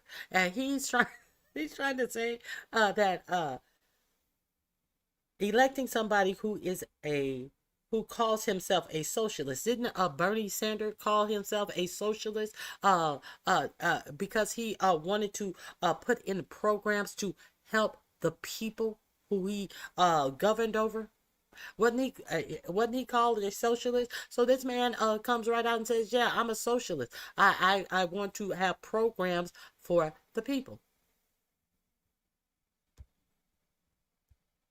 And he wants to destroy New York. I love New York, and we're not going to let him do that. Generations of Americans before us did not shed their blood only so that we could surrender our country to Marxist lunatics on the eve of our 250th year. As President of the United States, I'm proclaiming here and now that America is never going to be communist in any way, shape, form, and that includes New York City. Well, let me ask you about what Donald Trump, the president of the United States, has had to say. He's had a lot to say about your campaign. He called you a communist. Because he's the president, I want to give you a chance to respond directly to him. How do you respond? Are you a communist? No, I am not. And I have already had to start to get used to the fact that the president will talk about how I look, how I sound, where I'm from, who I am, ultimately because he wants to distract from what I'm fighting for. And I'm fighting for the very working people that he ran a campaign to empower that he has since then betrayed. And when we talk about my politics, I call myself a democratic socialist in many ways inspired by the words of Dr. King from decades ago, who said, call it democracy or call it democratic socialism, there has to be a better distribution of wealth for all of God's children in this country. And as income inequality has declined nationwide, it has increased in New York City. And ultimately, what we need is a city where every single person can thrive. Look, I don't think that's going to... Now, that's why they're mad. Now, he's the communist, but let's get into the real communist move. That is not being called a communist, but it is the textbook identity of what communist is. Stores are particularly going to be like the thing that resets New York. And I don't think they're actual communism. I think they're just sort of misplaced. Give it a shot, pal. There's bodegas in every fucking corner, but give it a shot. Who cares? But if you really want to see communism, you don't want to see socialism in America. Socialism is quite literally defined as state ownership of enterprises. About Intel, there have been reports that you're considering taking a stake in Intel. Can you tell us About the 10%? About the 10%. Yeah, I met a man. He was a very nice man, and I called for his removal because I saw something by a man named Tom Cotton, a senator from Arkansas. He's a great guy. He called for his removal because he read something that Tom Cotton had written. This is the only reason that he called for a CEO to be removed from his company behind a stupid ass, in my opinion, white supremacist Tom Cotton. Very nice man, and I called for his removal because I saw something by a man named Tom Cotton, a senator from Arkansas. He's a great guy, friend of mine, supporter of mine, big supporter. I'm a supporter of his too. And he wrote a pretty nasty story about the head of Intel. And I said, well, if that's right, he should resign. And he came in, he saw me, we talked for a while. I liked him a lot. I thought he was... Didn't even know if it was right. He said, well, if it's right, he should resign. Not having any curiosity to find out if that was the truth or a lie. Just reading about somebody in Arkansas, nonetheless, said that was bad about a CEO. And he decided, well, if that's true, he should resign. A CEO of a private company, understand. This is a private company.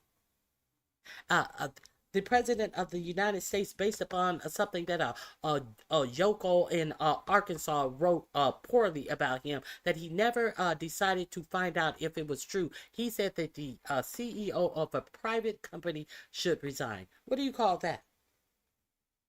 What do you call that? If that's not communist. Let's continue.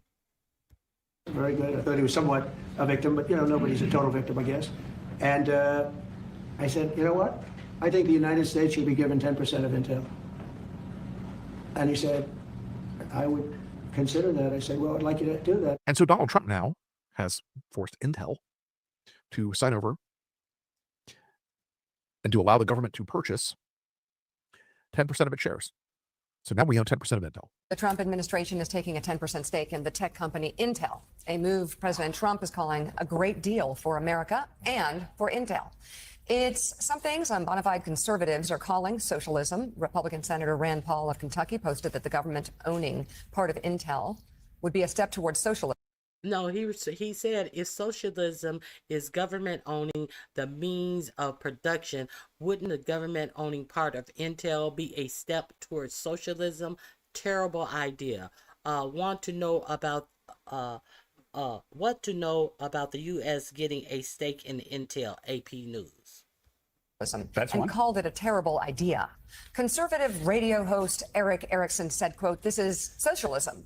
He said so many of you were opposed to Mandani wanting to seize the means of production in New York City. No, he wanted to have grocery stores in New York City, and the way that he saw to actually have grocery stores instead of all of these bodegas and food desert is for the city to own some grocery stores. Okay, but seize production in New York City, but are totally fine with Trump's Commerce Secretary wanting the U.S. government to become the largest shareholder of Intel.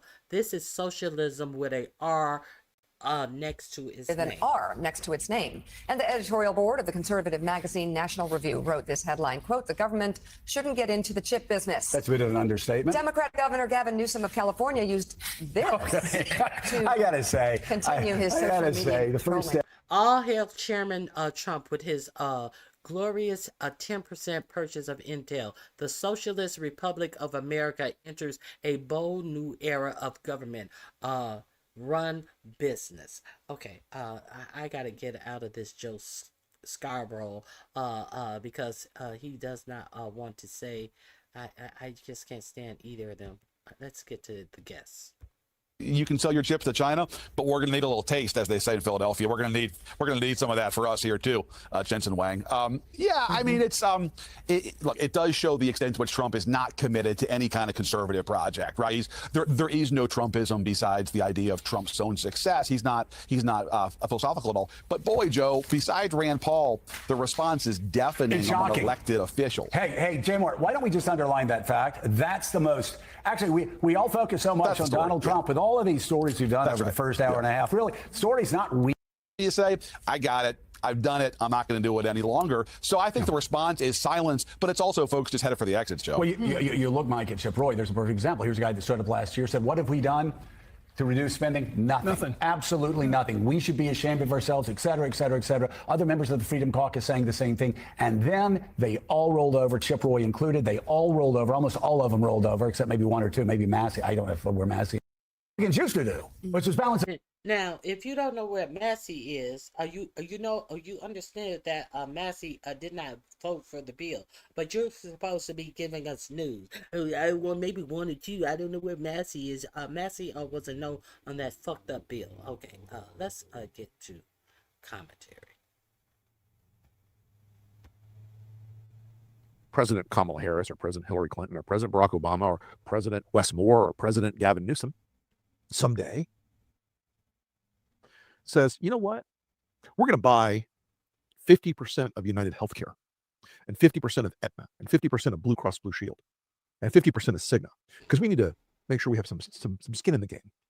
The argument Trump is using to buy the Intel shares, to buy 10% of Intel, is that the American government has invested a significant amount of money into Intel with both military and defense contracts and with the Chips and Sciences Act. And that we deserve, as a country, to have equity in that. The argument, if you accept that argument, that government spending on an industry or a sector or a company therefore demands government ownership of that sector, applies to the healthcare sector vastly more than it does to Intel. Boom. Vastly more than it does to any other form of business, except perhaps defense contractors. Now, not a single Republican who screams communism, communism, communism every time we say maybe we shouldn't let poor people starve in the street or die or bankrupt their families with healthcare debt. They seem to be less upset about Donald Trump taking over this part of the government or taking over this part of the corporate sector. You've got Howard Lutnick, that grinning fucking moron out there. Do you know when this country actually had a trade surplus, Secretary?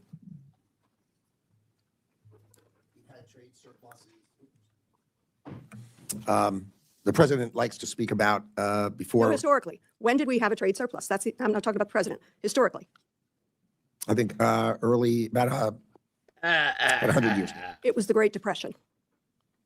It was a sign of what was going on. It was during the Great Depression.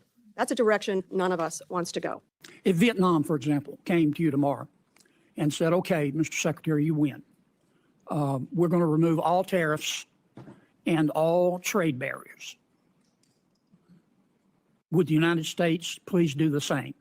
Would you accept that deal? Absolutely not. Absolutely not. That would be the silliest thing we could do. What's the Down. purpose of reciprocity then? Is reciprocity not one of your goals? Are you telling the president that we shouldn't seek reciprocity? If that's what you're telling him, why are you trying to do these trade deals? What do we want? We want to encourage Vietnam to produce products they're great at producing. But I want to get back to reciprocity. You just said you don't believe in, you don't accept reciprocity as a goal. What are you negotiating in these trade deals? Why would we open our bank account and their bank account? Why are you negotiating trade deals? You're trying to get other countries to lower their tariffs and trade barriers in return for us lowering ours. That's true for the things that they'll take from us. That's called reciprocity. Of course. So I want to be really precise here. I'm not trying to stupid shame anybody, especially not the only Secretary of Commerce that the United States of America has right now. And he might be really smart at other stuff, but he obviously doesn't know jack you know what about trade. This is the person in charge of the deals. We're going to do more. No, this isn't the last. This is just the first. What parts of this free marketeers don't smack of socialism to you? Don't smack of cronyism to you? Don't smack of the kind of business model, the kind of economic model that, who is that? Who is that handsome, charming Russian? Oh, Vladimir Putin. As the Russian economy transformed from the Soviet Union into Russia, we had the brief Yeltsin period. But when Putin took power, he started saying to companies, you have to hire my boys, my friends, my supporters. You have to give them shares, give them equity. You have to give the government equity in your companies. You have to let me control what you do, what you sell, how much you make. Putin is an unsentimental guy. But he's sentimental about the Soviet Union. See, the Soviet Union wasn't particularly efficient as an economy, as you may have recalled. You know, on the one hand, kind of today is almost one of about 4 or 5 different dates that could plausibly be that fall of the Soviet Union. Of course, the red flag stayed flying over the Kremlin. Okay, so the link is in my description box. Whole Foods, yes, Liz, Whole Foods. I never go to Whole Foods. Thank you, Liz. All right, so I wanted to share that with you guys, and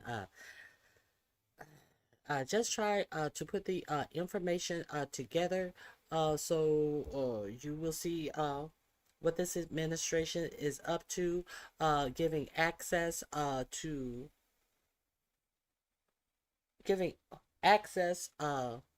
to all of these billionaires to take your jobs away. Hold on 1 second.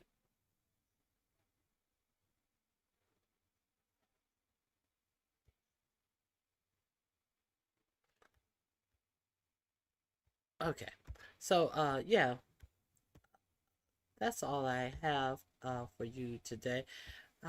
I may have something else that I had a lot of links up yesterday that I just transferred over to today because I was on that Hegseth thing so long. And 45, 47 is big mad. Let's talk about the poor jobs reports that have come out. So let me share this with you. Speaking of jobs,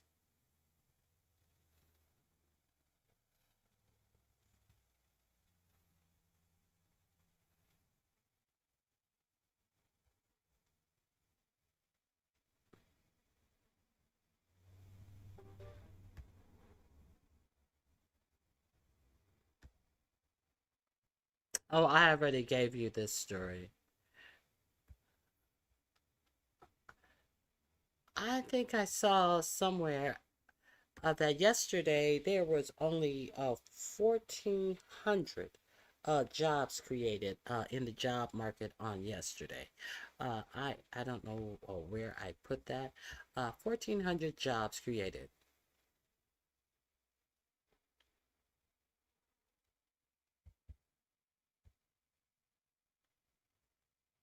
Now let me see if there's something else. The election threat. I definitely want to share this with you. It appears that it's 45, 47 appears to want to stay in office, or we all knew that. Anybody with common sense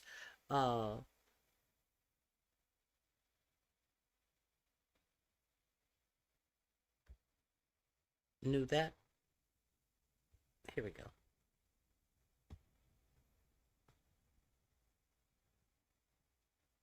We have a pretty dangerous story that's just come into the spotlight thanks to you and your outlet, Democracy Docket. I'm going to put the headline right here on the screen. Cleta Mitchell thinks Trump will use emergency powers to take control of elections. So first and foremost, can you remind folks who Cleta Mitchell is and why this is so chilling? Yeah, this is a blockbuster story, and kudos to the team at Democracy Docket for breaking this essentially. Cleta Mitchell is probably the most prominent, most important Republican and right-wing lawyer in the what they call the election integrity area. Yeah, what we would call voter suppression.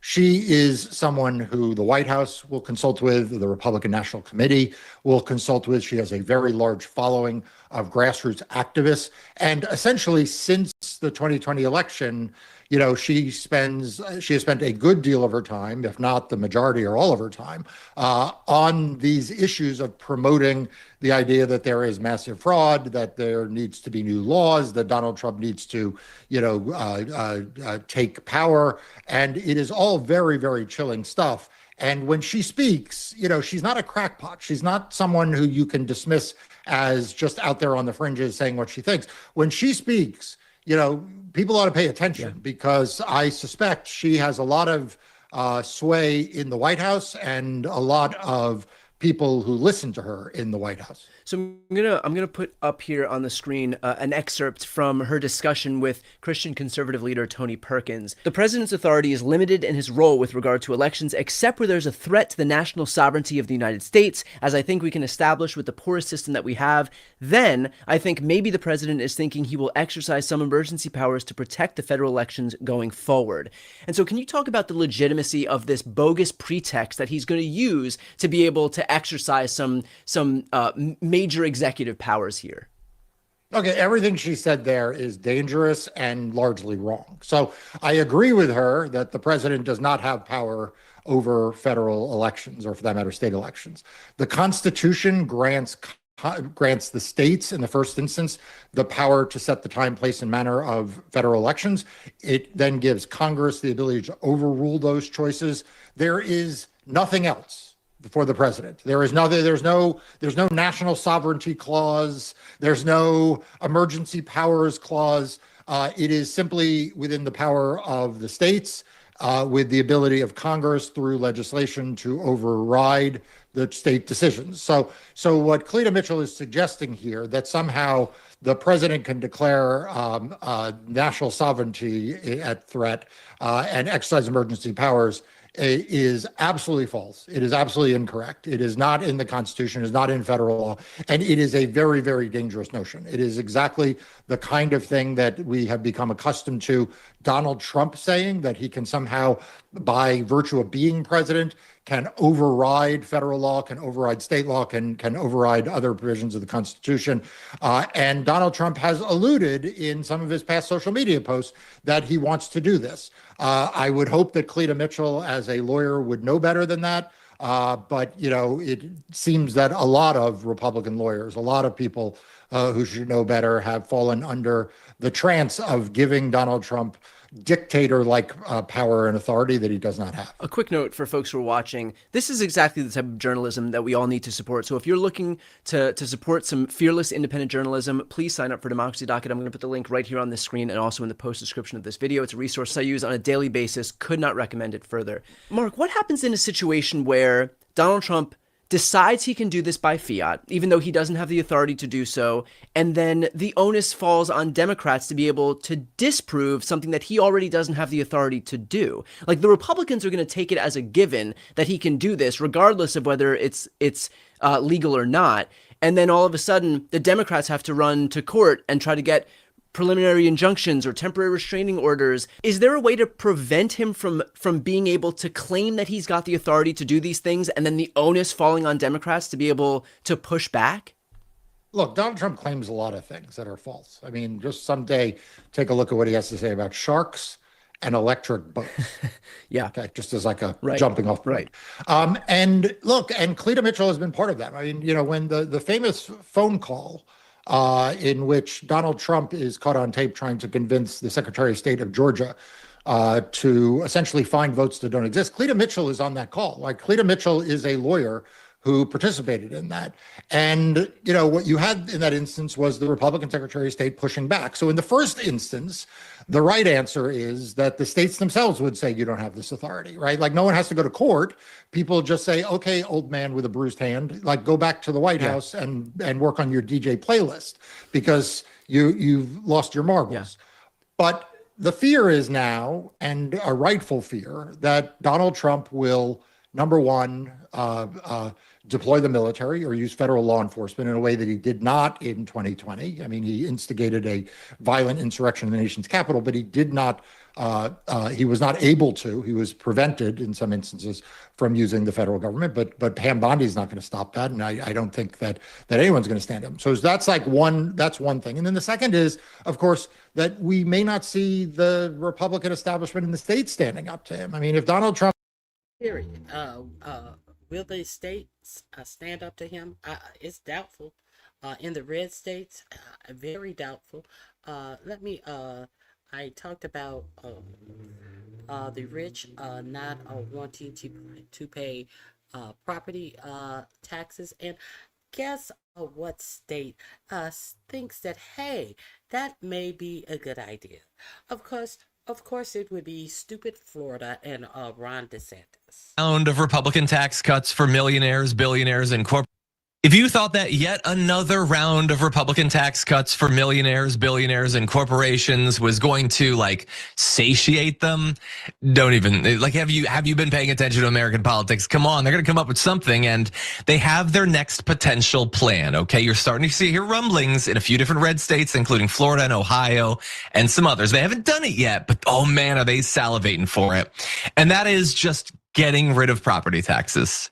Just no more property taxes. Governor Ron DeSantis himself is pushing for this, saying, I think there's a philosophical debate that we need to have about property tax. This is supposed to be your private property. But yeah, you could own your home for 50 years and you still got to pay the government just to live on your property. And like, I understand why you'd say something like that if you don't really think about it, or if you're super wealthy and you have gradually become accustomed to more and more of your tax burden being taken away and given to working class Americans. Then yeah, why do I have to pay property tax? And by the way, let me just say, I pay property tax. Do I like it? No, I don't like it. Do I like the idea that if I, stopped eating Pop-Tarts and lived another 50 years, I'd still be paying property tax? No. But do I know why I pay property tax? Yes. Because you're still taking something. You're not just living there by yourself. You're using the services of the town and the county and the state and the federal government. You have access to all of that, and that stuff ain't actually free. But think about it. If you could get rid of property taxes for a lot of wealthy people, that's pretty much it, man. They already don't effectively pay income tax because the tax that they pay on their investments, which is the vast majority of their income, is already far lower. Their corporations effectively pay no taxes. Almost all of that has been offloaded into consumption taxes, which predominantly hit poor working class and middle class Americans. The only thing you're still really contributing is your property tax. If they can get rid of that, then you have basically no skin in the game whatsoever. You have a lot of money, but no skin. It's a weird image when you think about it, but this is what they're working for. And it's not just him. Vivek Ramaswamy was saying, because he wants to be governor of Ohio. I mean, why not? He was on Fox News a couple times. Why shouldn't he be the governor? He says we should bring down property taxes immediately, eventually down to zero. And the issue is that obviously the government needs money. Would that affect rich people? The Lex Wexner, who I told you about, who had a guest house, who owns Victoria's Secrets, several more. I forget all of the companies that he owned, and who is buying up all of the land around him in Ohio. Yes, that would please him greatly. Lex Wexner, one of the richest if not the richest man in where? Ohio. Okay, so that link is in my description box. Let me share with you two more things.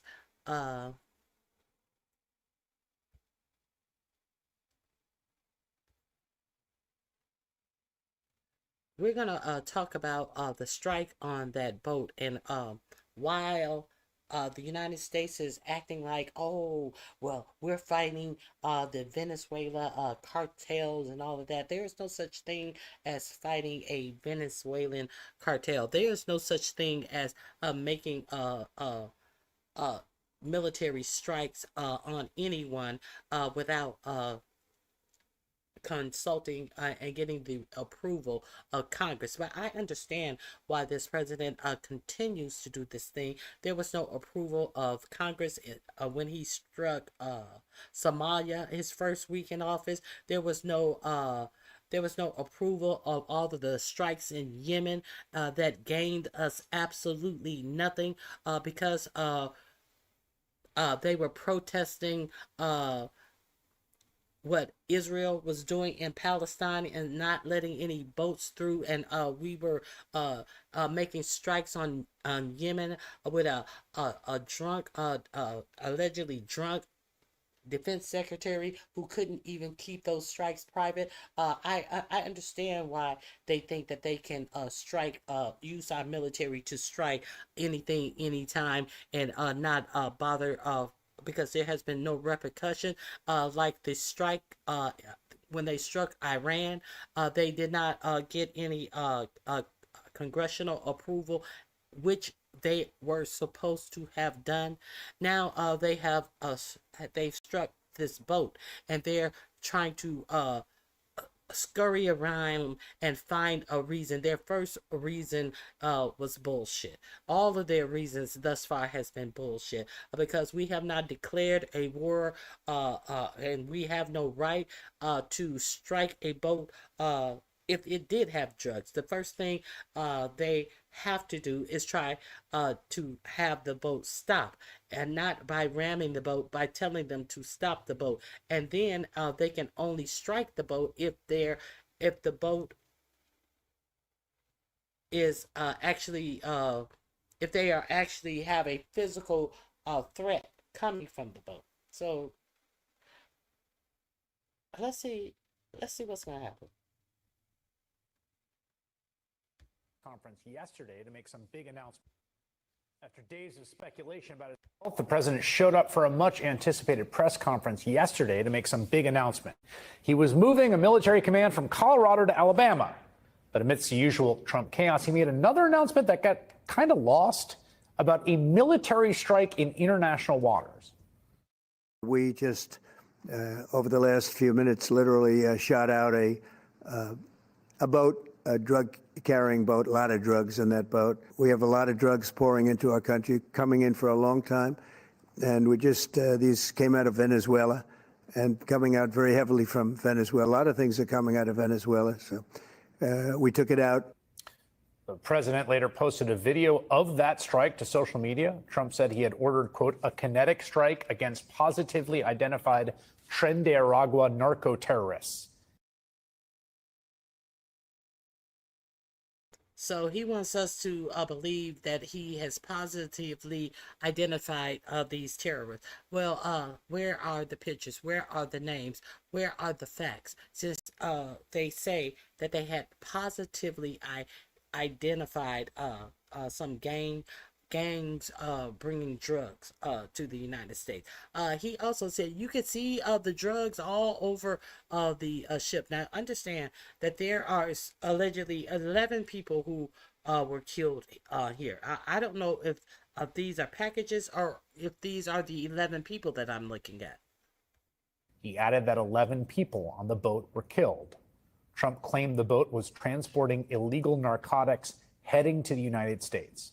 Now, here's a map of where the United States is. That small boat was attacked off the coast of Venezuela, which is over 1,000 nautical miles away from here. The United States was obviously well out of range of that boat. Secretary of State Marco Rubio, on the other hand, defended the strike by saying the vessel's destination was probably Trinidad or another country in the Caribbean, which of course makes more sense. But Trinidad or another nation in the Caribbean is not the United States. So we are patrolling for Trinidad and any of the Virgin Islands, the U.S. Virgin Islands, or the Bahamas. Are we policing their waters so no drugs would come to them? How you gonna say it was probably bound for Trinidad and then say that you thought that it was a good strike? That lie. It's on the map. I mean, Trinidad's only 10 miles from Venezuela by sea. But again, that too is more than 1,000 miles from the U.S. mainland. Who knows where the drugs, if they were there? We're going to go next. This morning, Secretary of Defense Pete Hegseth was doing a victory lap, promising more military strikes on narco traffickers, narco terrorists. But now, as we learn more details of the attack, I have to say, this is an enormous scandal that is unfolding right in front of us. This civilian, non-military boat, even if they were committing a crime, was not struck in self-defense. No weapons were evident. Whoever struck it, and the U.S. has shared no details of that, didn't try to disable the engines or to board the craft. They just summarily killed everybody on board. As a Notre Dame law professor told the Washington Post, the strike violated international law. The U.S. is not in armed conflict with Venezuela or its criminal elements. This is exactly the kind of operation that, if it existed in a Tom Clancy novel or movie, would be getting covered up because all the principals in the film would know it was illegal. I mean, it certainly seems like extrajudicial murder to me. But the Trump administration doesn't care. He wants you to believe that he can do anything he wants, and it's you must blame the right wing of the Supreme Court for him feeling this way. And so it's all types of lawlessness that is going on under this administration. Who else? Who he struck one more place besides Yemen in the Middle East. All of these strikes, not approved by Congress, illegal strikes. This one appears to definitely be. Let's continue. Again, that's the case even if everything the administration is saying is true. But why would anyone assume that what they say is true? These are the very same people that falsely claimed a man with an autism awareness tattoo and a makeup stylist and a soccer player and a singer were dangerous members of the same Venezuelan Tren de Aragua gang when they grabbed them off the street and shipped them to the Salvadoran gulag. Now, in those cases, Trump's government tried to be the judge and the jury, and now they are executioner too. Whatever pretext this administration may claim, this looks, for all the world, like a just flagrant violation of domestic U.S. law and international law. And there needs to be answers to how and why this happened. And I'll talk to Senator Chris Van Hollen about that next.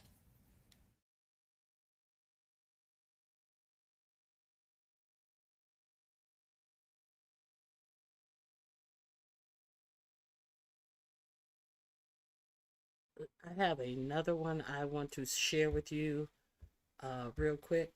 Hey, Renee, thank you for joining me. It is always a pleasure to have you. Let me share one more. This is what your administration does. Rand Paul is talking about Trump can't defend Venezuelan boat strike. Rand Paul, Republican.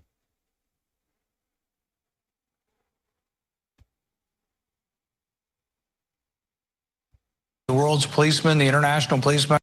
Hard to have any sympathy for drug dealers, trying to import product into our country.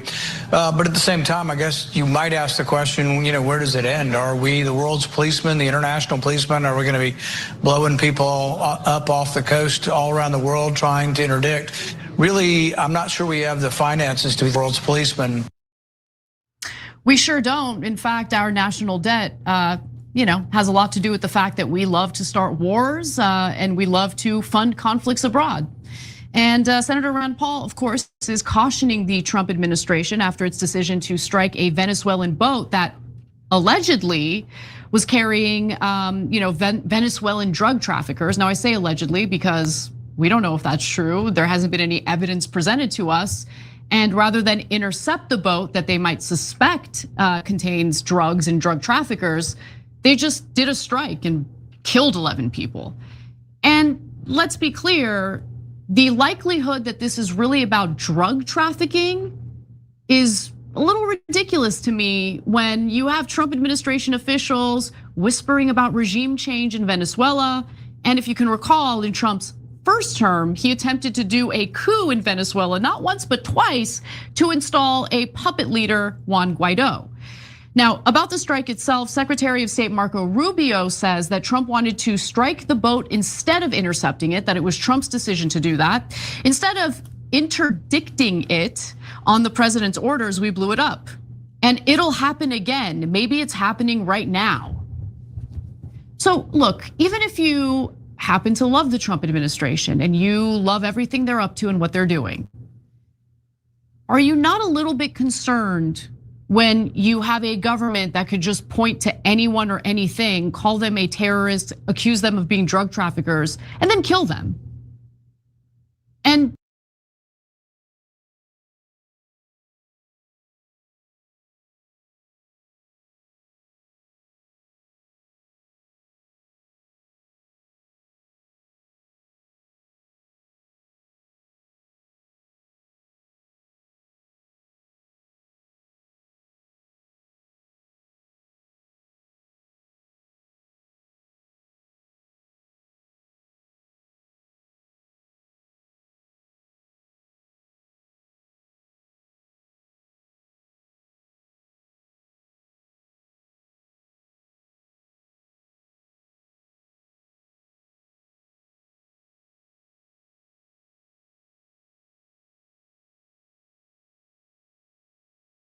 vicious gang members.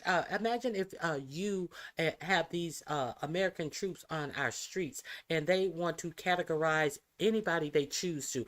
If there is a mishap and a whole lot of people get unalive, 80-year-old grandmothers, people, innocent people just minding their business.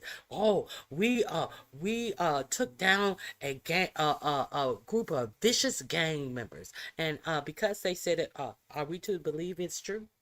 Well, this shit is baffling. And if you want these people on your streets under the command of Hegseth and 4547, I don't know what is wrong with you, because why you just think it's happening to other people, you're okaying it. If it's okay for it to happen to other people, you're saying it's okay if it happens to you. What did the Republicans say when he was reelected? Daddy's home. So are you gonna let Daddy whip you too? I'm just asking. I really want to know. Okay. Let me share one last story. I keep on saying one last story, one last story, one last story. Now, Ben Shapiro, he has been paid by Israeli lobbyists, and that has been exposed. He's also I believe he is I don't know. He's an asshole. He has gotten a lot of coverage. He has gotten a lot of coverage by the White House. He was invited to the White House as a guest correspondent to throw softball questions at Lion Levitt. Now, he actually is trying to defend this administration by saying, hey, people, they can work until they're older. Let's see what he has to say about, hey, you shouldn't be retiring at 65 anyway. What's wrong with 79? Your life doing nothing. That if your goal is to be 65 and sitting on a beach for the rest of your life doing nothing, the social science tends to say that's not very good for you. You actually should be involved in your community and get involved and still have a side job and all the rest of that. But if we really believe that we can't raise the retirement age and we're never going to change that, we will go bankrupt. You know, that super sexy debate over what contributes more to our national debt came up during my appearance on CNN last night. Ben Shapiro thinks we need to raise the retirement age to 110 years old because Social Security, of course, is bankrupting the country.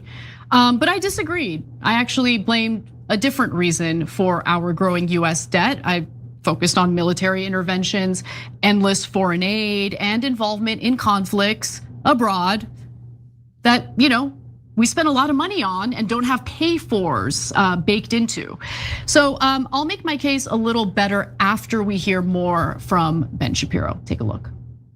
All the talk about cutting at the margins, whatever Doge is doing, that's not going to touch the real driver of the systemic debt in the United States. Women are living to 85 if you make it to 65. Men are living to 83 if you make it to 65. That's 20 years on the public dime. When you're talking about, hold on, when you're talking about the government paying, you're talking about Social Security, Yes. which is people's money. Well, it is. Well, it is not the money you paid in. It's the system that they pay into. Well, no, you're you- calling. Yes, but believe me, I pay a lot. I know, I pay into Social Security. I don't know about you. I promise you, the amount that people are taking out is not the amount that is going in, which is why we are going bankrupt.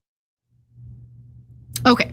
So I've been advised by Ben to look at a chart of our national debt. And I'm gonna do that in a minute. But before I do, Cenk, what are your thoughts on what Ben Shapiro had to say? People are living a little longer, right? And it is true that the amount of revenue that goes into the Social Security Trust isn't enough to cover the benefits, right? We do borrow a little bit every year as a result of that. Now there's a fix to it, but what are your thoughts?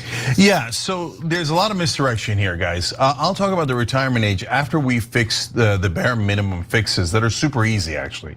Okay, so number one, they say, oh, look, we're raising the retirement age, not because we want to take more of your money and make sure that you can't take that money out and give it, we want to give it to rich people and tax cuts and corporations and subsidies and foreign governments. No, it's because we want you to have time to get involved in the community.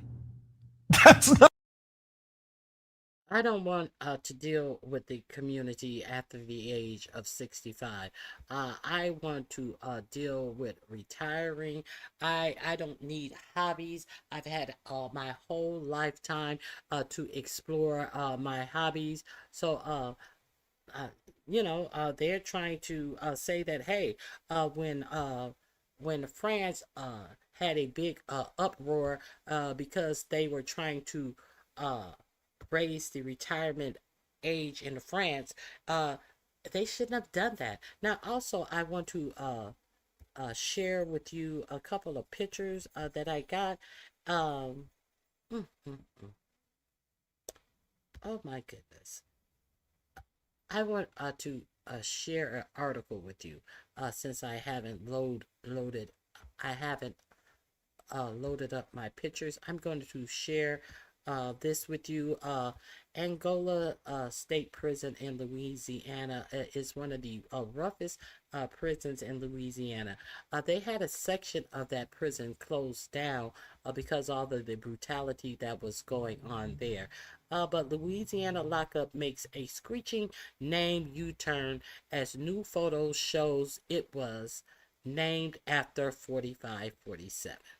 So it's for the worst of the worst. The worst of the worst are going there, says Christy Nome. The same thing that they said about the ones that they sent to Alligator Alcatraz. The same thing that they said about the ones they sent to Venezuela. A notorious Louisiana prison with the Trump administration will use to house immigration detainees is said to be named Camp 57. Despite reports suggesting it would be named Camp 47 to honor the president.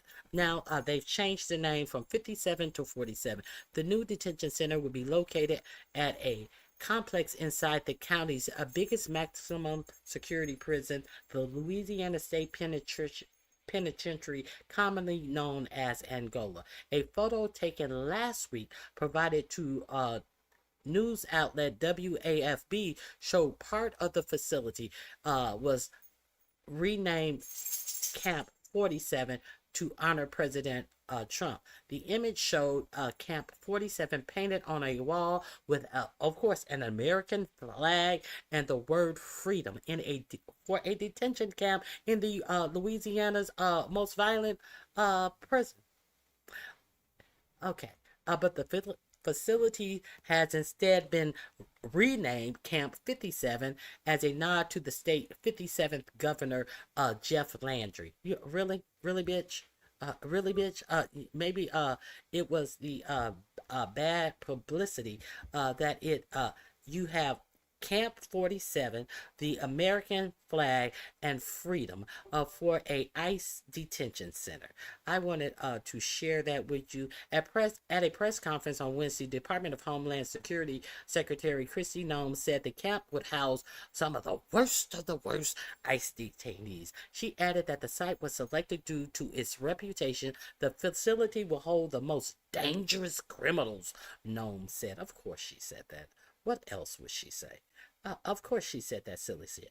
Louisiana Governor Jeff Landry said Wednesday that the facility nicknamed the Louisiana Lockup will house the worst of the worst. So what is, if it's named Louisiana Lockup, how come it has 57? How come it had 47 and now it has 57? Landry said the facility will hold over 400 men with half expected to be sent there by the end of the month. If you don't think they belong in somewhere like this, you've got a problem, he said. We don't know that they belong in somewhere like that. You're just saying, just because you say it, so, and you have lied to the American people, and we see you running into restaurants and car washes and all of this shit, just because you picked them up, it means they're the worst of the worst.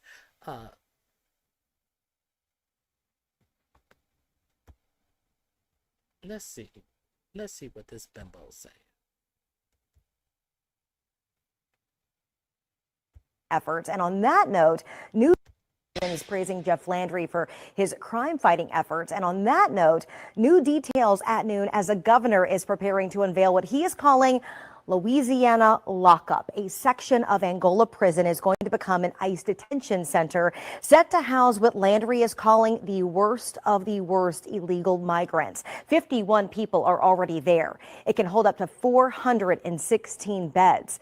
The Department of Homeland Security is partnering with Louisiana to detain and deport these migrants, all funded by the president's big, beautiful bill.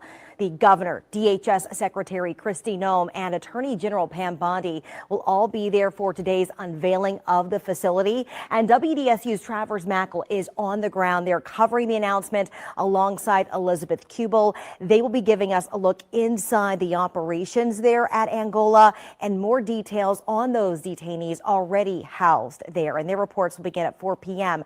right here on WDSU. Okay, well, thank you very much. Camp 47. Now it has been changed to Camp 57. So that's all that I have for you guys today. Let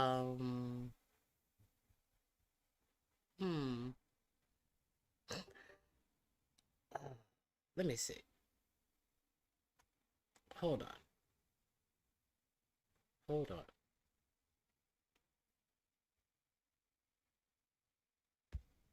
Do I want to share this?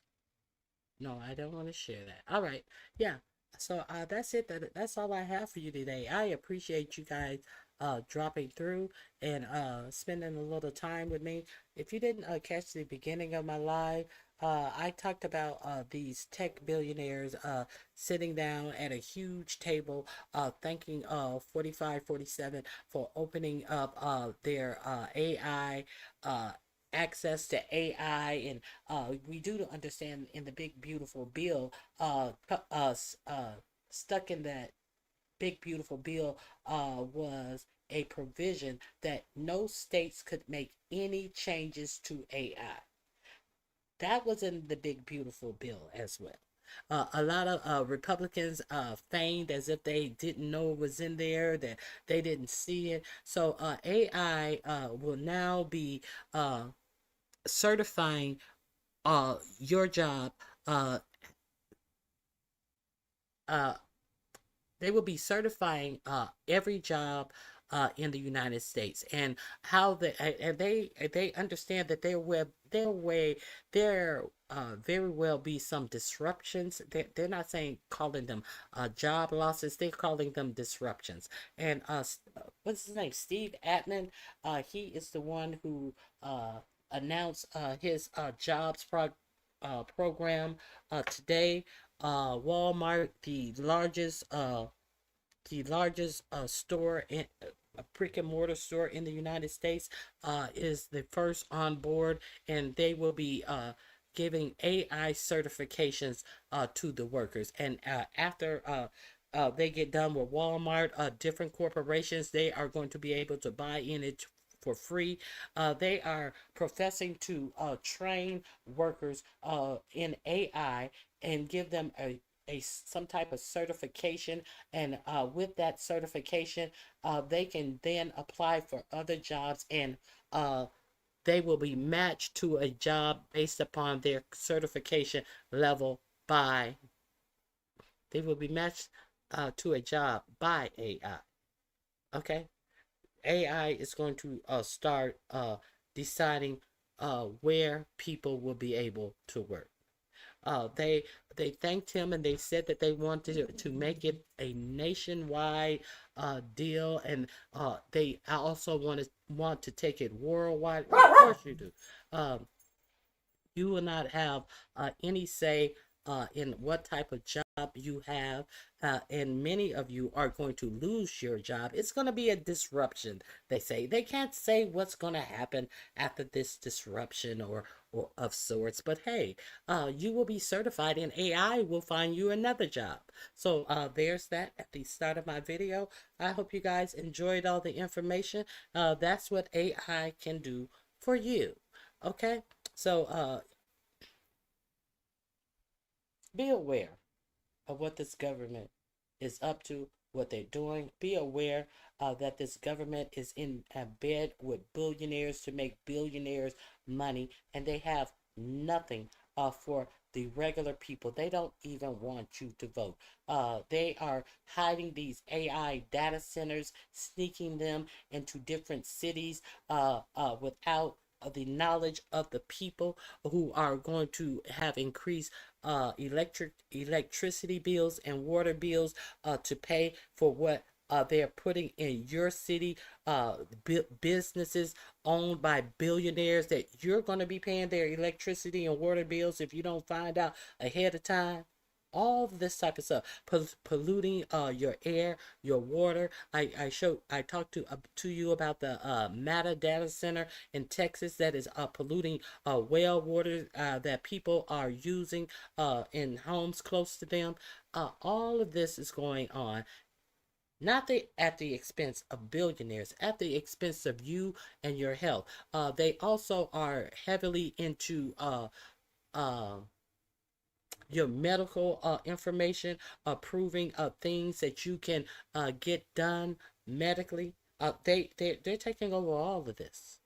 So stay woke, or wake some people up around you, because this is what's going on in the United States of America. They just announced this today. So I hope you guys have a great weekend. I appreciate you for stopping by. I have to go pick up my daughter. Great live. Thank you. And I hope you have a great weekend with your daughter. And God bless you guys. Have a safe and blessed weekend. All right. I'm out of here. Bye-bye.